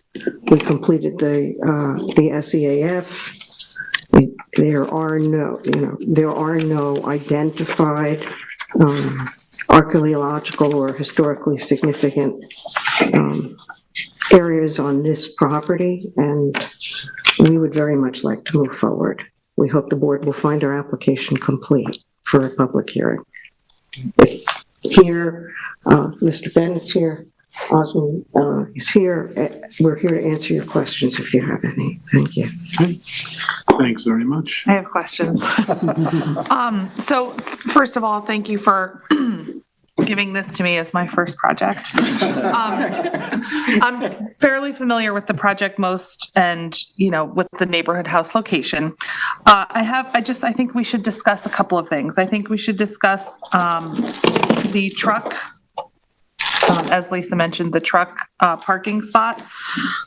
It's right in front of the building where kids are going to be, getting dropped off and being picked up. And I don't know what kind of deliveries Project Most gets, but I know that there's like a commercial kitchen being proposed. So I have concerns that it's not the safest area for a truck loading and unloading zone. Can I respond to that? Absolutely. Is this the proper format to kind of? Yeah, well, I think they want. do you have like this, let me ask Jen, do you have like discrete areas of concern? Yes, so I have trucks. I think we've answered the number of students and campers. I have the archaeological study and the drainage. Those are my concerns. All right, then what we'll do is then let's take them in segments. So, Mr. Bennett, if you want. Welcome, Jen. Thank you.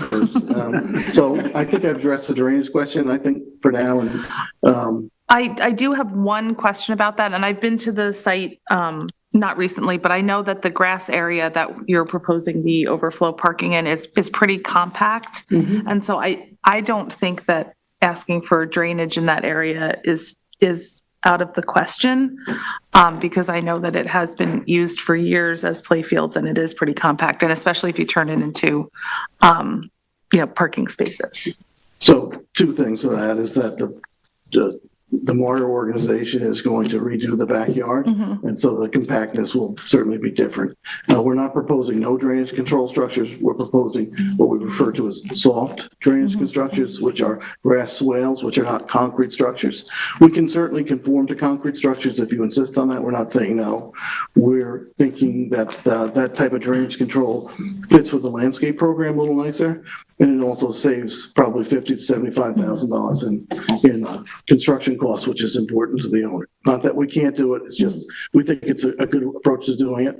The second thing that I think the planner said that I might want to correct or clarify, I should say, is she made a comment about that the overflow parking, which is in the grass, is going to get compacted because we think we're going to be using it in the summer, particularly in the summer. I would disagree with that assessment. We believe we have enough paid parking for both routine school year periods as well as the summer camp. And the overflow parking in the grass area is strictly limited to if they have an event or something like that. And so it's not intended to be used on a recurring basis, which would cause compaction and lead to other issues. So I think we can work with the engineer to address your concern, and I appreciate that. As far as the truck parking part of this, so so the code requires us to have a 12 by 40 foot space for truck deliveries. And speaking candidly, we don't think we need one, but we need to conform to the code. So what do we need? We envision, I believe it's referred to as a teaching kitchen. We'll have, a dozen kids, in the evening hours learning how to cook and so on and so forth.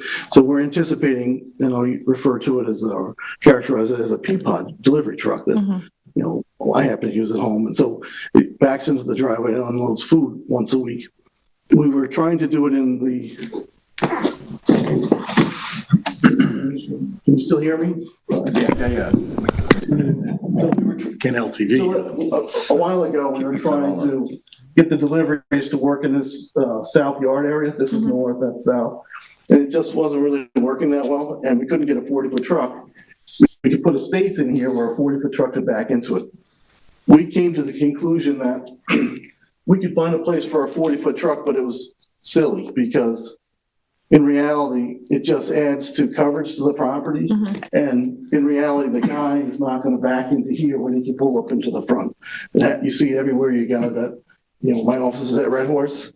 They park at the easiest place they can. So we think it's smarter to coordinate deliveries in off-peak hours and try to manage it that way. And again, we don't think we need a 40-foot truck. We're trying to comply with the code.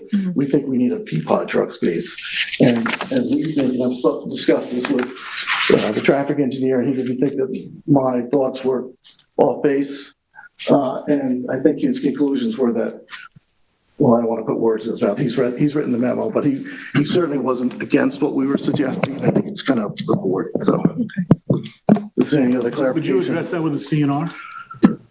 A CNR for a truck? Well, yeah, I'm just trying to think of some way to, if you're telling us that there's no other way to do it, to know that, when the trucks are coming and going. The CNR for time of day. Time of day, yeah. Like outside of camp hours or school hours? I think it would be smarter to have, well, I shouldn't say smarter, but more practical to. It's more politic to say it that way. No, more practical to have somebody who's in charge of, I know that the deliveries are sort of scheduled. This isn't a delicatessen where people just come, the beer truck comes in this time, the potato chip, you get half a dozen or a dozen trucks. This is really something for a teaching kitchen and literally coming from delivery of groceries from a grocery delivery service. And probably like office supplies and stuff as well. But if you look at the number of employees, this isn't John Marshall. It's a very different animal and a much smaller case. So, the maximum number of employees, I think, is 50, but most of them are camp people, so not a lot of pen writing. And yes, they're going to have reams of paper, but it's not like a traditional school. So,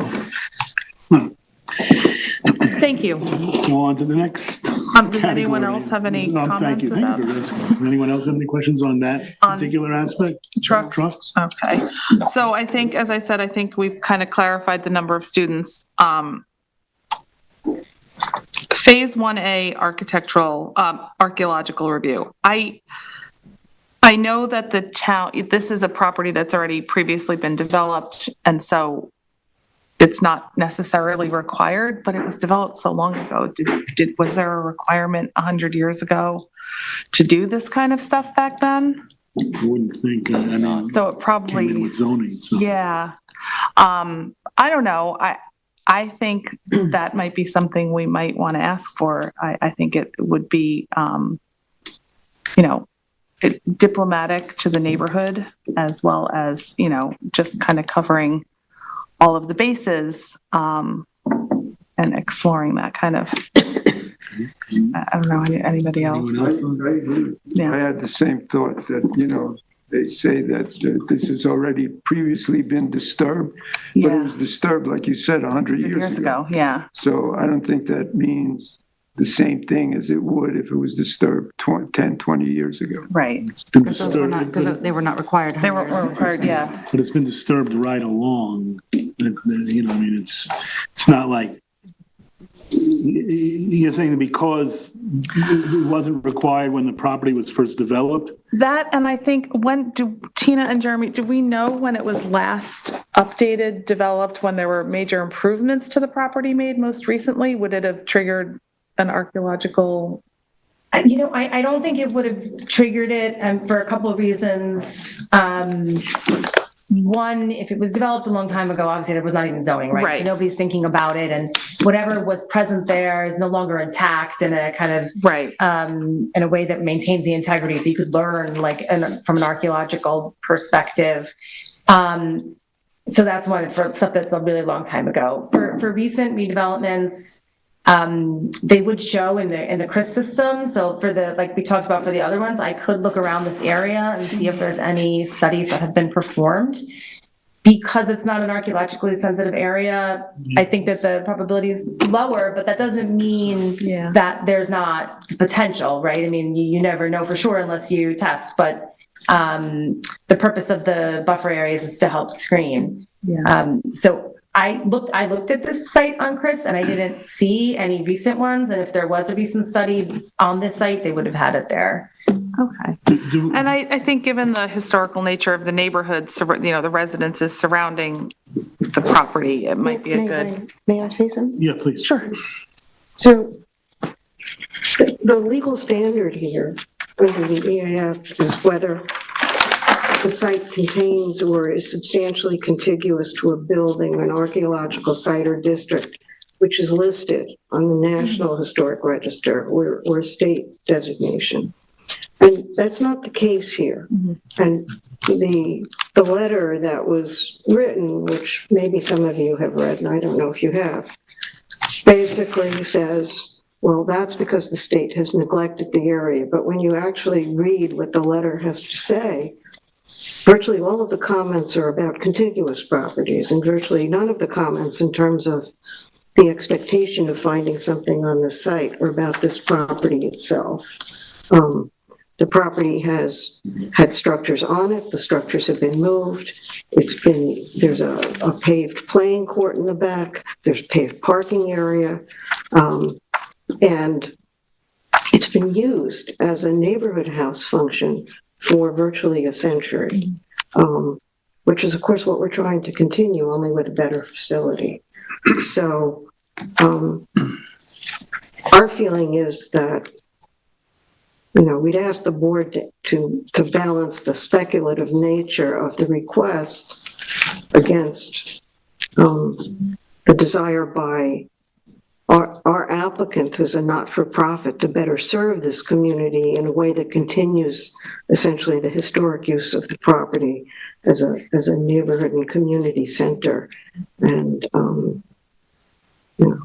it will be expensive and significant delay if we have to do such a study without any real assurance that we're going to find something there. So let me ask planning, is there, in any of the contiguous parcels, have there been archaeological studies? And if so, what have they revealed?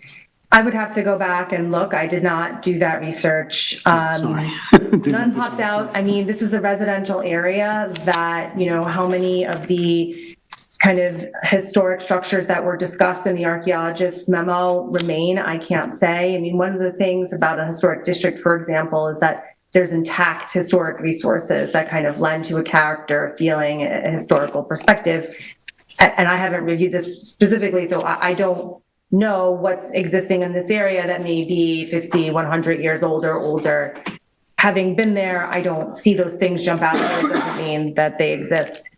Another thing I do want to clarify, from a SECRA perspective, as the SECRA lead agency, the planning board is required to find at the end of this process that there's no potential significant adverse impacts, right? So the guiding principle for you all in your decision-making with respect to the archaeologically and historic nature of these places should be that, right? Can you, with the information that you have, make that determination that there's no potential significant adverse impacts?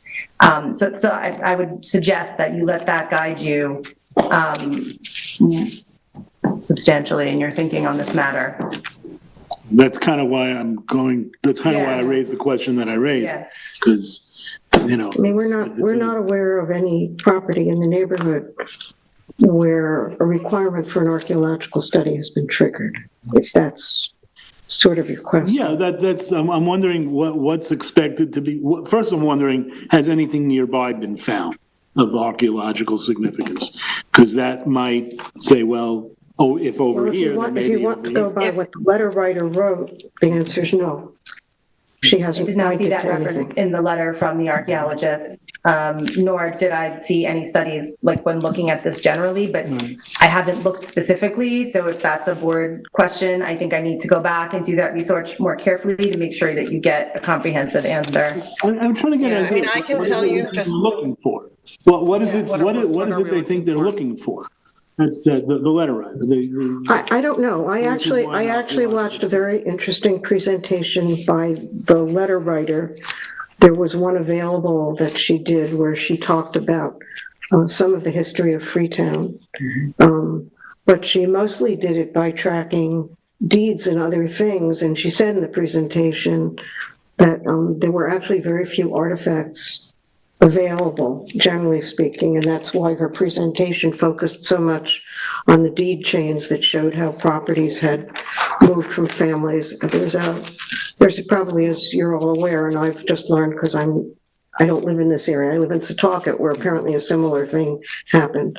There was a gradual process by which people of color and Native Americans were basically funneled to this area as an area to live. But in her presentation that I watched, she focused on the deed record because she said there were not a lot of artifacts available. I mean, and I want to throw this up to the board, open to the board, because I think it's a very important conversation. In the past, when we've dealt with archaeological review, there's always, one of the main things has been indigenous graveyards. And then when we have that, then then and there's usually some sort of historical evidence or something. Then we stop the presses. Well, I have looked at old Belcher Hyde atlases of this area of Freetown. There are some, because I was concerned, because I know that there's something in the town records that indicate in 1940 the highway superintendent was no longer able to locate the graveyard that existed somewhere along 3 Mile Harbor Road in Freetown, but it's the location that's shown on the Belcher Hyde Atlas of a graveyard is not this.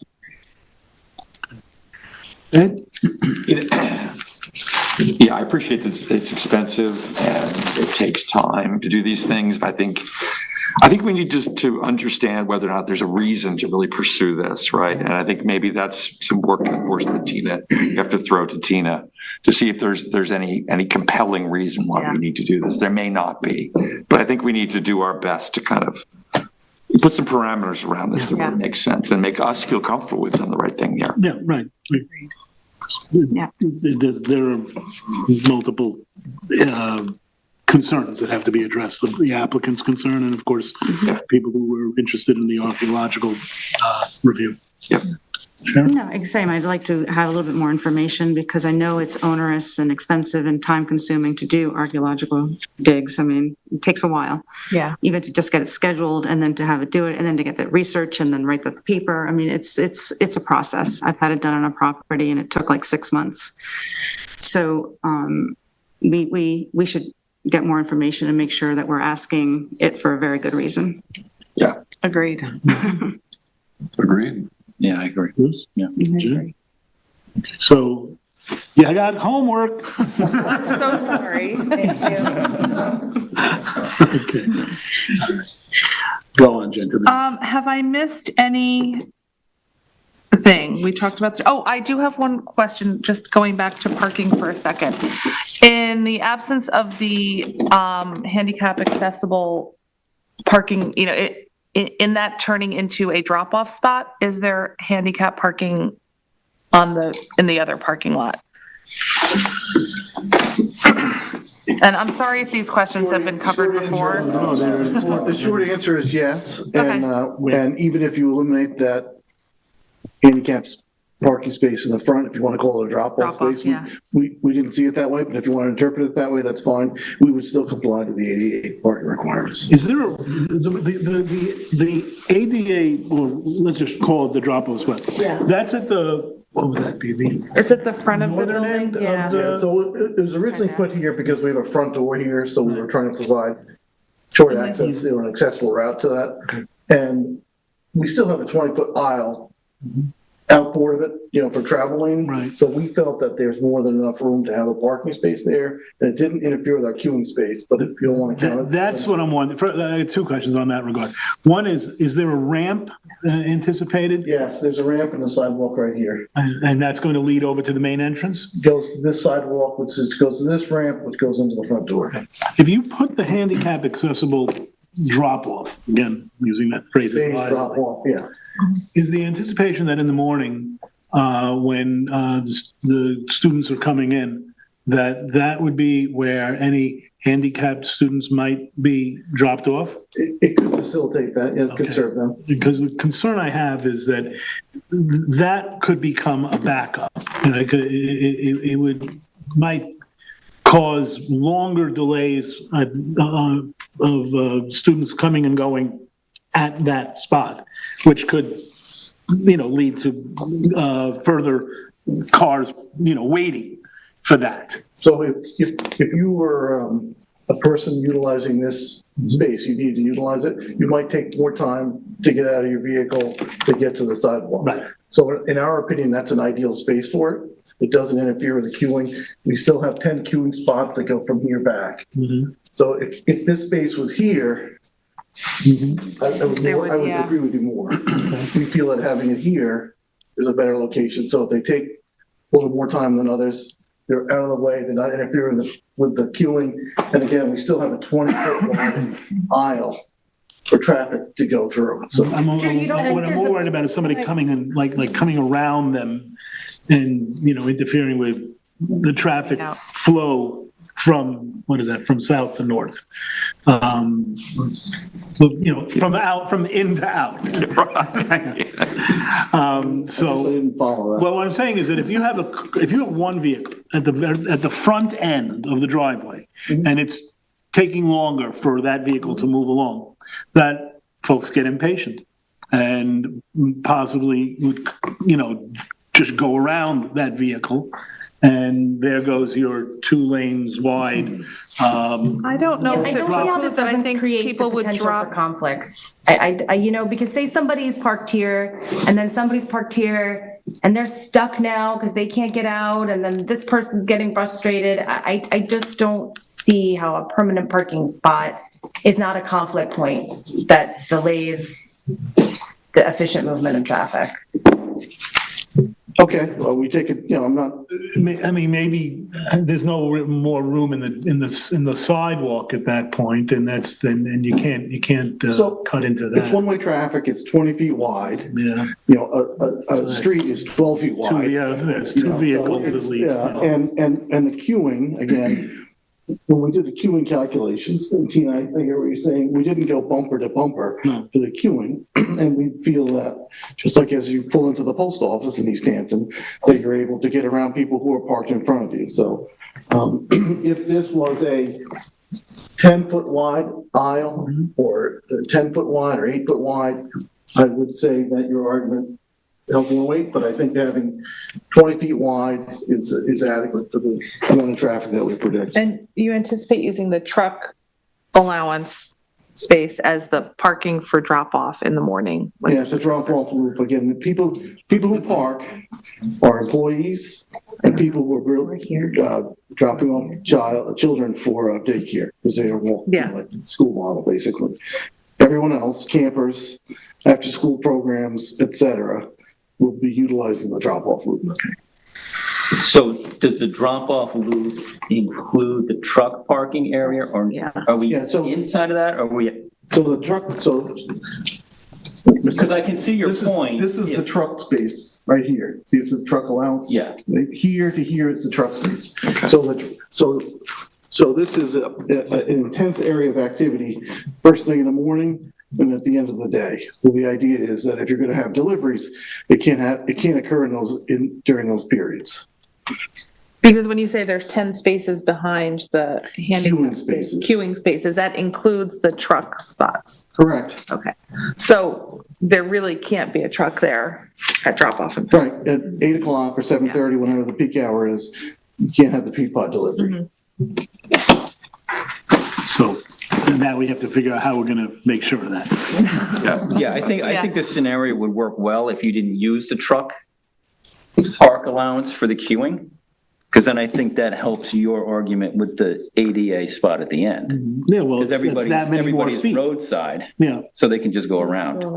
If they're backing up or pulling in behind the ADA person, then I think, then they're stuck. Yeah. So if it makes people feel more comfortable, you can eliminate this space altogether. What I had said is that we have 21 spaces. Our calculations say we need 16. You include the drop-offs during a peak time, it comes out to be 17 to 19. We have 21. We have more room. Can you move this down? I can. This way? That's so nice. Just a little bit further down. Down this way or other way? I'm thinking this is up. So up here, this is the entrance to the overflow parking one, and if you ever need it. So we're envisioning that there'd be cones there so people don't drive out into and only during an event, they'd move the cones or whatever it is. So, if we need to add a space to up here, we could do that easily. If you think that this is a problem, we can either move it over here and add a space up here. Well, what I don't want to do is deprive the people who need that spot, and to make it even, make it inconvenient and, a long slot. I know. Board's concerned, so it's. I'd move it to. We can move Yeah, it where here it's as well. dedicated, Or so the it other doesn't one, get right on. confused Yeah, with. that's fine. So are they? Right in there, Because Where, Bruce? So, I don't think you need. Can you see? Oh, yeah, okay, gotcha. Right now, there's 3 Open spaces here. We'll just convert one of them to ADA. And people are gonna have to wait. Up here, we're still at 21. Yeah, but You can go around them. So That's what I'm worried about. if you moved it to the south, does You should see. That's where the is there an ADA access to the front door? I haven't Well, how far is that further from the front door than the one that No. they're proposing? Yes. Slightly. A little bit. Yeah, it is. Not much. Does it require crossing moving traffic? No, you park here as a disabled person, you'd enter a ramp here, take the sidewalk here, take that ramp up and into the building. Or would you flip the ramp? Or you could put it to the north side, that first spot there. Yeah, we could do that. No, There's we 2 have here to get as in well. and out. Doesn't have to get in It's there. more Yeah, no, that's, yeah, no, I We can put it agree, here, yeah. too. There's part of the concern that I have is I wouldn't want someone who's driving a handicapped child to feel that they have to rush because there's people behind them or because there's people going around them. So, and I'm not saying I'm married to any one idea about how do you deal with it. It's just that's where my, there's 2 parts. The part is the driver of the vehicle with the handicapped child in it, and the driver, the impatient driver behind the handicapped vehicle who can't wait for the handicapped student to get in and get out of the vehicle. So, that's, but how do we deal with it? I'm sitting here, I don't. Well, as I suggested earlier, if you can let me work with consulting engineers to work out some of the technical details. Yeah, no, I'm not. Yeah. We have a 20-foot wide driveway here. Yeah, no, I know. With, So there should be. And I think having. More, including the space, 6 feet wide altogether, it's a lot of space. 32 feet wide, right? Yeah. Jen, you got more? I think that's it. Did I miss anything? Congratulations. I have a couple of questions. Childcare is year-round? What happens to childcare in the summer? It won't be running. It won't be running. But they have a camp. Yeah. Well, okay. Childcare will not run simultaneously with camp. Okay. Where do those, I have a 3-year-old at Eleanor Whitmore, and it's all year round. Yeah. And you're telling me that it's not going to be in the summer? Well, maybe I shouldn't say that. Well, if I could. I'm going to defer to Drew because some of his information may be more precise So than mine. back in May and June. After school care obviously does not run with summer camp. So in our analysis and based on the numbers that we have on the site plan that myself and Osmond, the traffic engineer, have been working with, we did do parking and queuing analysis, assuming that there is daycare in the summer. Less population, but there is daycare in the summer. Some of the older kids, I believe, I'm doing this from memory now, I think the 4-year-olds do participate in the camp, but 4-year-old, you said? What age? I believe that's the case. Okay. So some of the children that are there for daycare during school year are able to participate in elements of the summer camp, but there are slots assigned for people who are truly daycare during the summer. So that's what our parking and queuing analysis considered. So Eleanor Whitmore also has extended day childcare. And I'm just curious about hours of operation, and you talk about, the truck parking. Well, I can't imagine there's like one set. I don't think it's going to be as clear as you laid out. Like this time is this, and this time is this. And this. I don't think it's going to be as tight as you're hoping. For deliveries? Drop off, pick up, Yeah. and childcare, extended day. The kids coming early, kids coming a little late. Like, what are the hours of operation? Well, we gave you a narrative by, and I don't operate the site, but we gave you a narrative from Project Most that was developed by the staffers about how they have handled drop-off and pickup, including what they do on there's a window for drop-off and a window for pickup, and if they need to, in order to deal with any congestion at the site, they will give parents a more limited window for drop-off or pickup so that everybody doesn't show up at once. They're prepared to do that if they need to. I will say with respect to daycare, it's a new operation for them. It's, as I think I indicated in one of our submissions, they don't know yet what the demand is going to be. They don't know yet what the ages of the children will be. That affects what their staffing ratio is going to be. And of course, they have to get licensed in the first place. So it's for that part of the service. Demand's going to be high. Well, it's probably, no matter what, they won't be able to serve all the demand, I'm sure. And in the summer is, it's a resort community. This is when the people are working, and that's why I send my kid to childcare, so I can do some work at home. So I think that they will probably try to accommodate as much childcare as they can, consistent with their mission and the ability of the site to serve people, because that's what they're about. But I think they are prepared to make whatever operational compromises they have to do in order to make sure that the site works. It's not in their interest to have a site that annoys everybody because it doesn't work. Can I just make a comment? I actually think that is a point well taken. We don't like to kind of make planning decisions based on how we think a particular site is going to operate, since we don't have any impact on how that actually happens, right? So things like, will there be more than 90 eventually? And will there be issues with scheduling, drop off, pickup, deliveries, et cetera? It's very difficult to anticipate any of that, right? But I think, we have to kind of rely on, to some degree, on the fact that it's unlikely that the management would want this to operate in a way that is inefficient or dangerous. I mean, they have told me that they operated a summer camp at another location with a much higher population, much less adequate facilities for parking and drop-off. So they invested the staff resources to make sure that it worked. I mean, they're going to make it work. I realize that doesn't sound like a good assurance for a planning board, but we think the site has enough resources to allow them to make it work. And it's our job to make sure that you have the best possible chance at making it really work well and efficiently and safely. But and I appreciate I take your point. And listen, the sports camp at the neighborhood house was big. Yeah. There were a lot of kids that went to that camp when it was running as a sports camp. Yeah. And that's what the facility that we have now, which is, I'm sure, much less. Well, they do. Thought out. The kids leave for certain activities because they don't have a pool there. Mm-hmm. Other things. Yeah. So, the recreational resources on the site are limited by the absence of a pool, right? I have some comments. So, Please.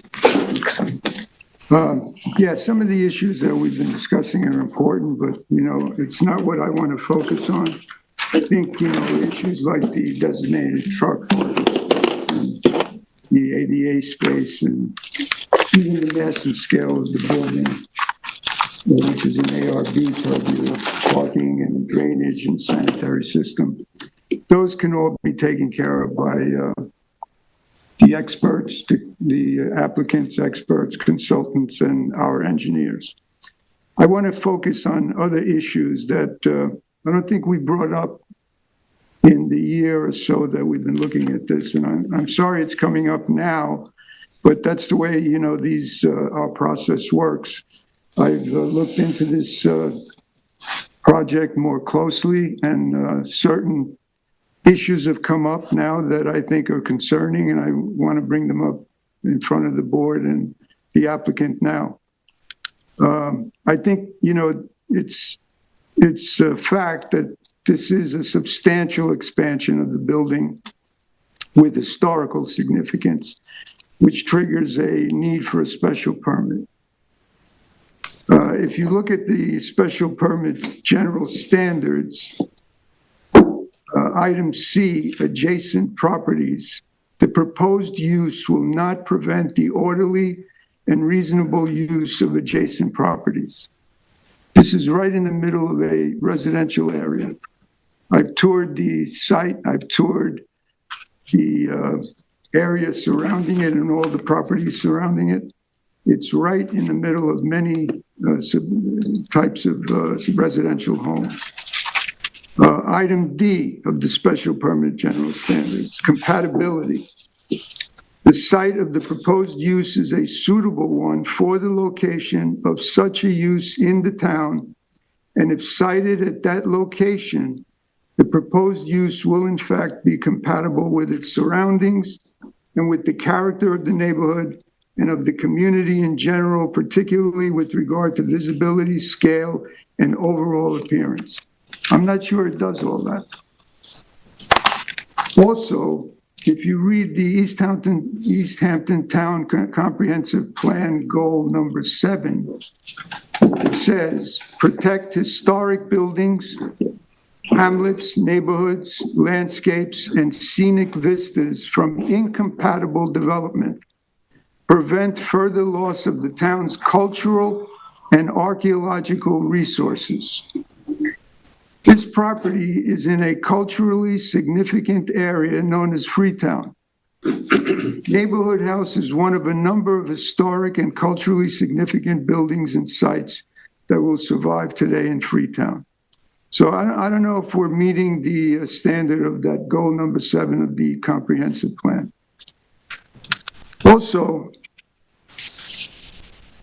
in addition to the expansion of the building size from about, 1,000 square feet or so to 12,000 if you include the basement, there's going to be an expansion of use from a small daycare program to a larger daycare program and camp and special events, which they've advertised. My concern is that the noise disturbance that 80 kids playing in the backyard of the site will create and how it's going to affect the surrounding residential neighbors.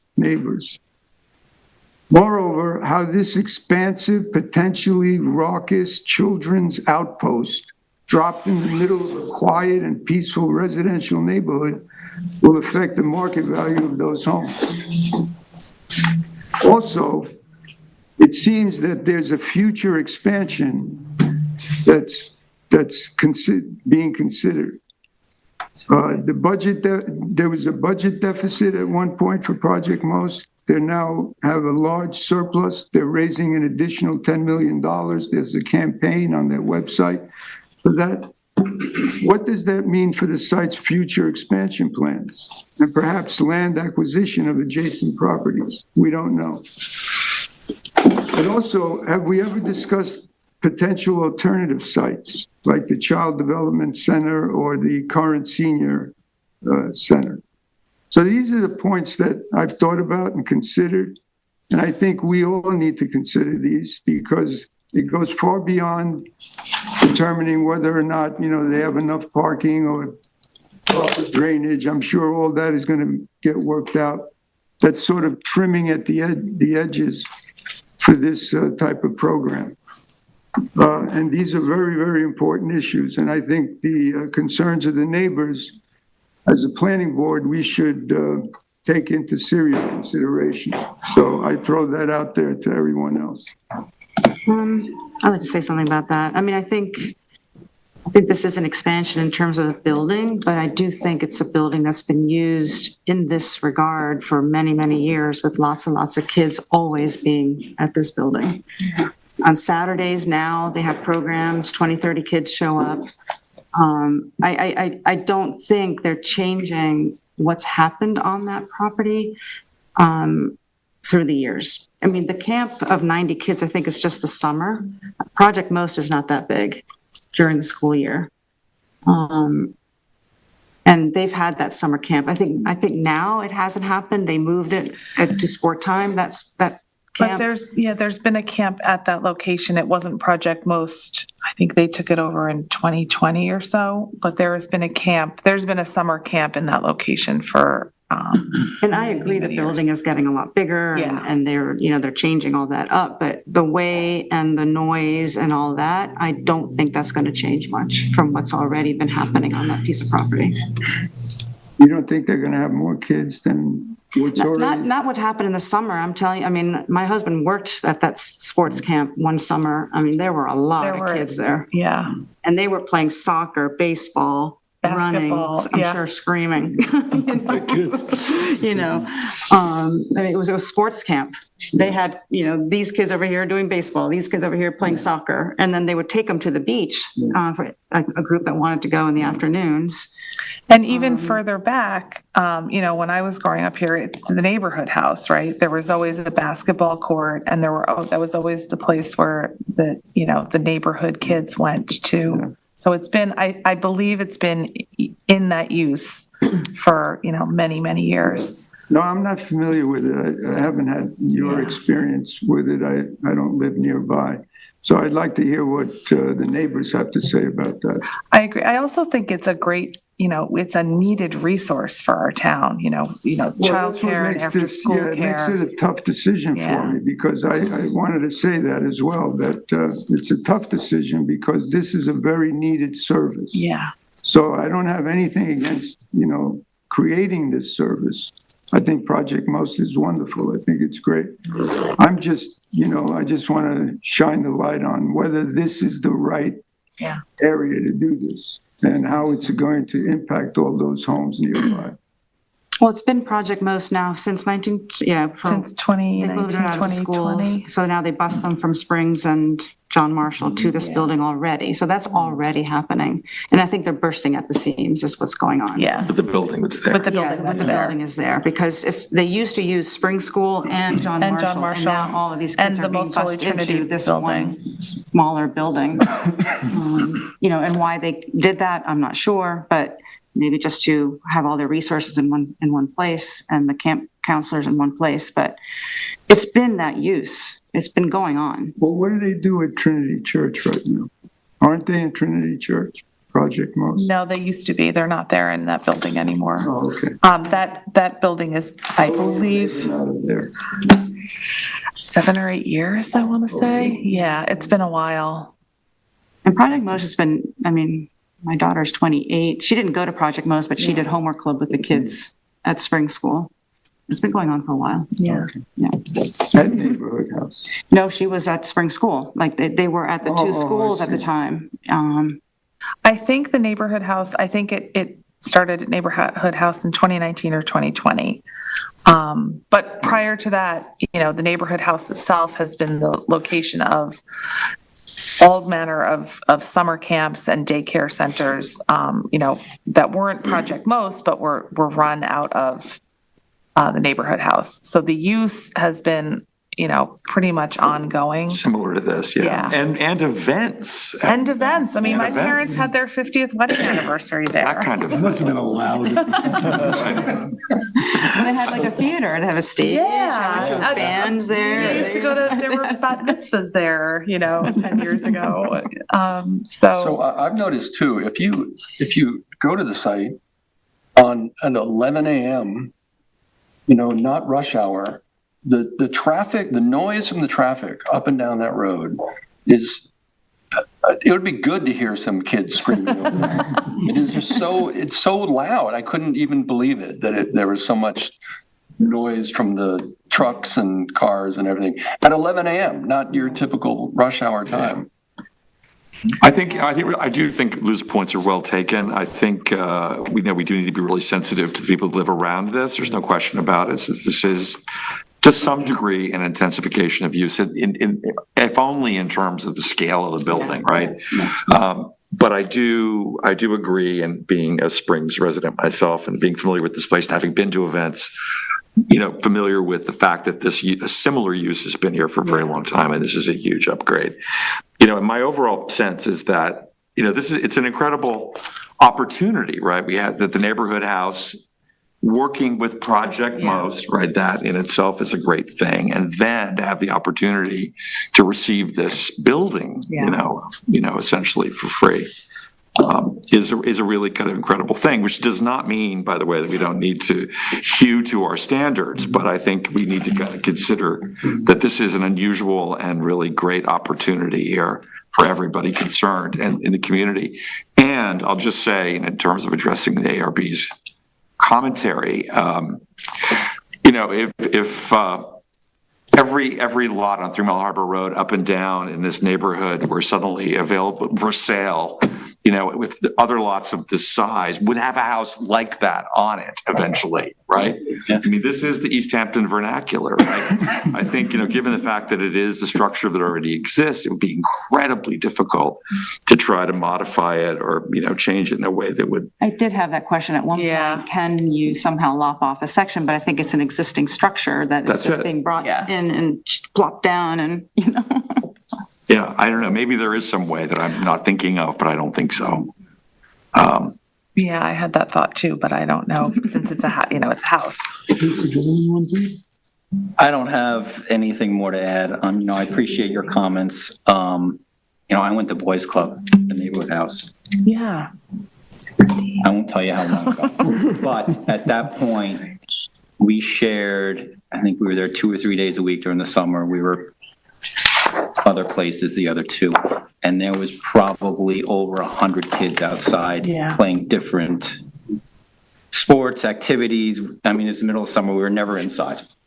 Rainy day, we'd be inside in the gym. It used to be a gym in there, but we were always outside. But I do appreciate your comments about the neighbors for sure.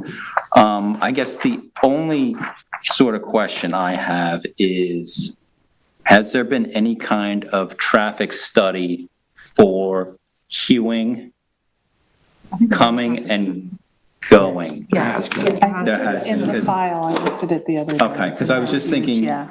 75, worst case scenario, 75 kids, one in each car, coming in at, say, 7 o'clock. Where are all these cars?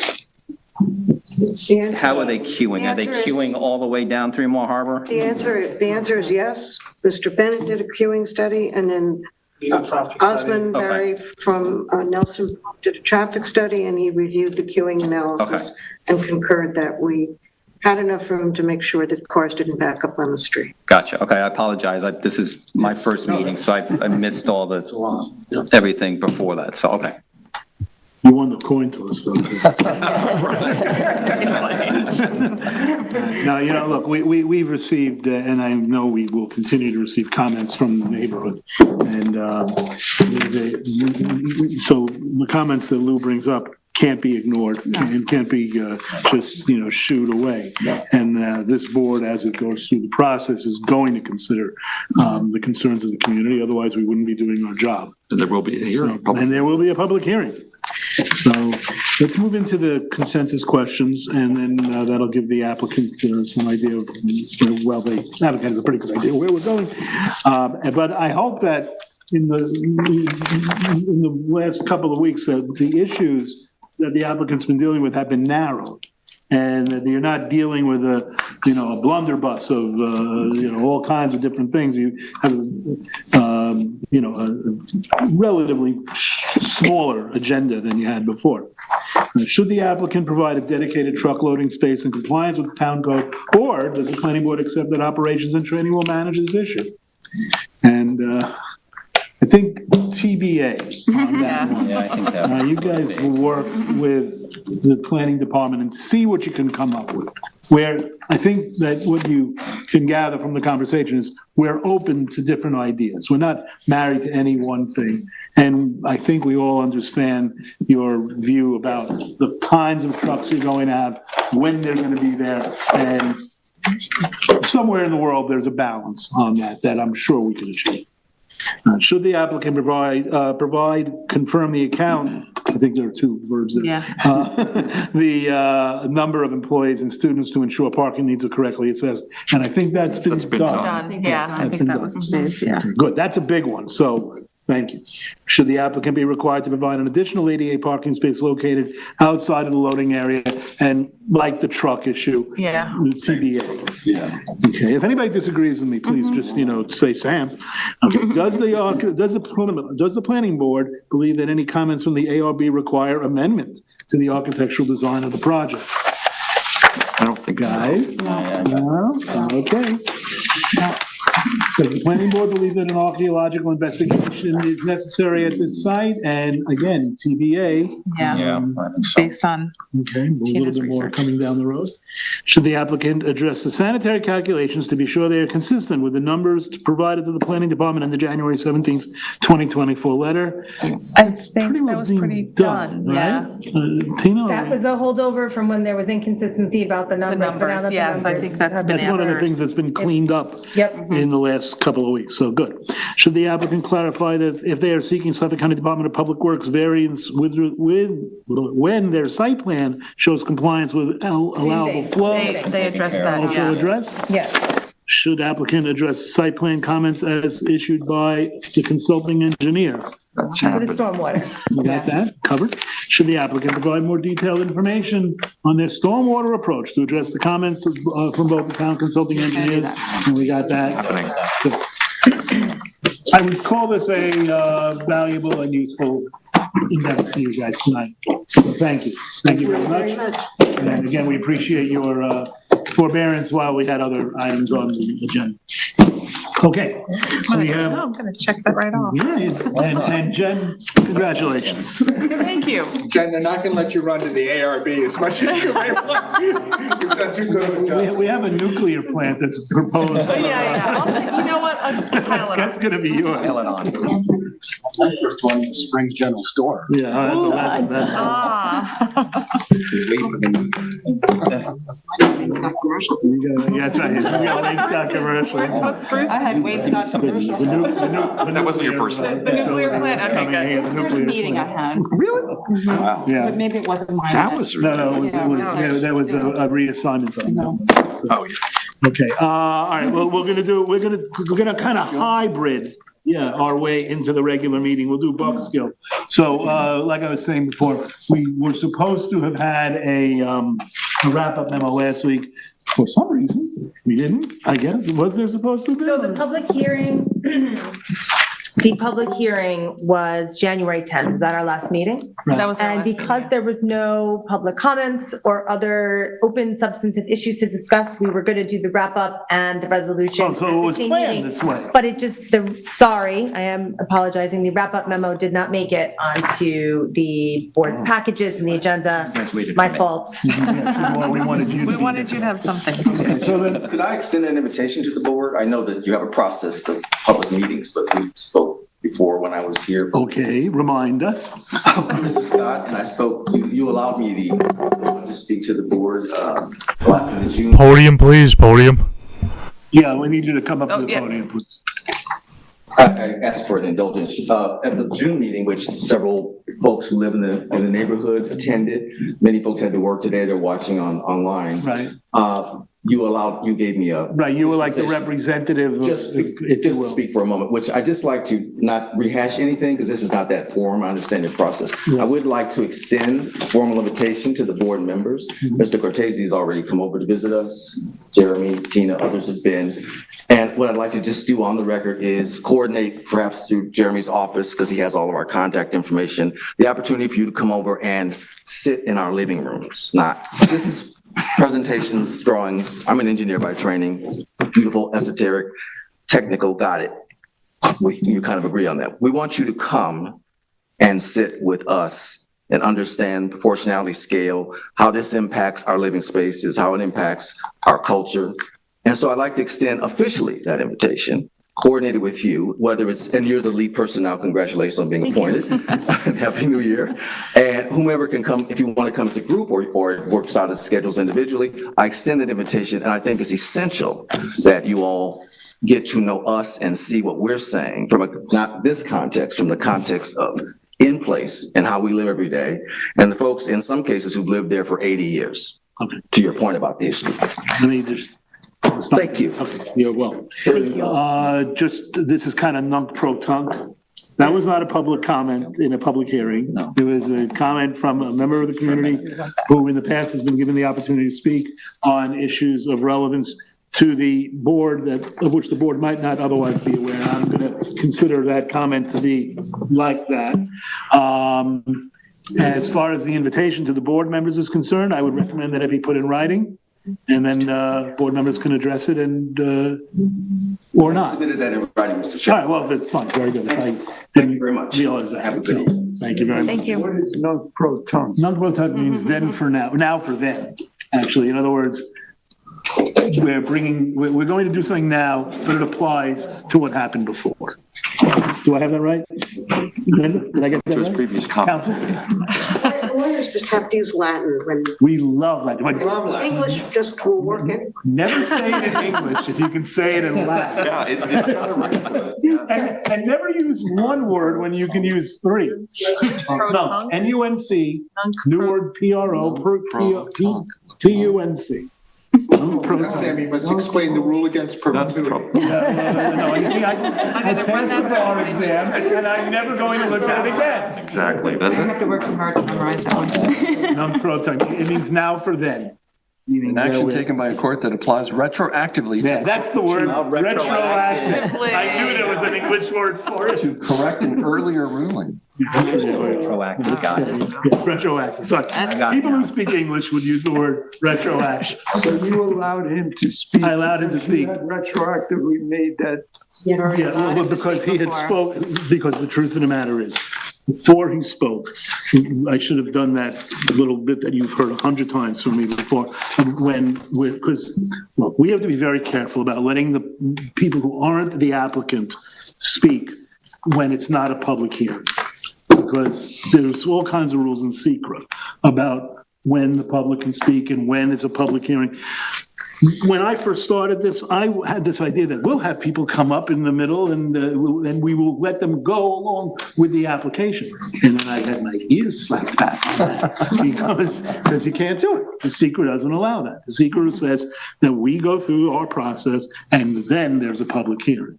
But we've carved out an exception, policy exception, that when there are issues that the planning board might not know, other than if neighborhood people come in and say, and the example I always use is the corner floods, or everybody runs that traffic light, something like that. It's not going to make it into the planning department's report. It's not going to be something that we would know, other than if somebody who lives in the neighborhood comes in and says it to us. So for that purpose, I'm willing to let members of the public speak quickly and bring us up to date. So my purpose here would have been to allow that gentleman to speak, but I would have done this little spiel that I'm doing now. Then, You did it in June. yeah, but I did it in June. I did it in June. So we all remember, and it's So now it's non-pro-tum. So hence the non-pro-tongue. All right, retroactive. All right, thank you. So now we will move into Buckskill, and we will. So you've done. So quickly do the wrap up memo. I'm gonna do as quickly as I can. We had a public hearing for the subject application 178 Buckskill Road for site plan. The site plan was to authorize the construction of public hearing and the construction of a proposed awning and the existence of another awning on the east and west sides of the building. Public hearing was January 10th. No one spoke at the public hearing. And comments from the fire marshal have already been submitted, found the information, does not require further review, provided the board agrees the application is ready for approval. There you go.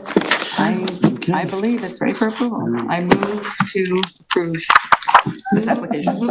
Is there a second? I'll second that. All those in favor? Any opposed? Passed and carried. I just have to say passed. Different phrase. South Elmwood, is that yours? But do you want me to read this? Oh, yeah, please. So in the matter of the application, it's 178 Buckskill Road LLC, site plan special permit. Tax map number 300-183-4-1. This is to approve the site plan for the Buckskill property. I have read the resolution, move for its adoption. Is there a second? All those in favor? Aye. Passed.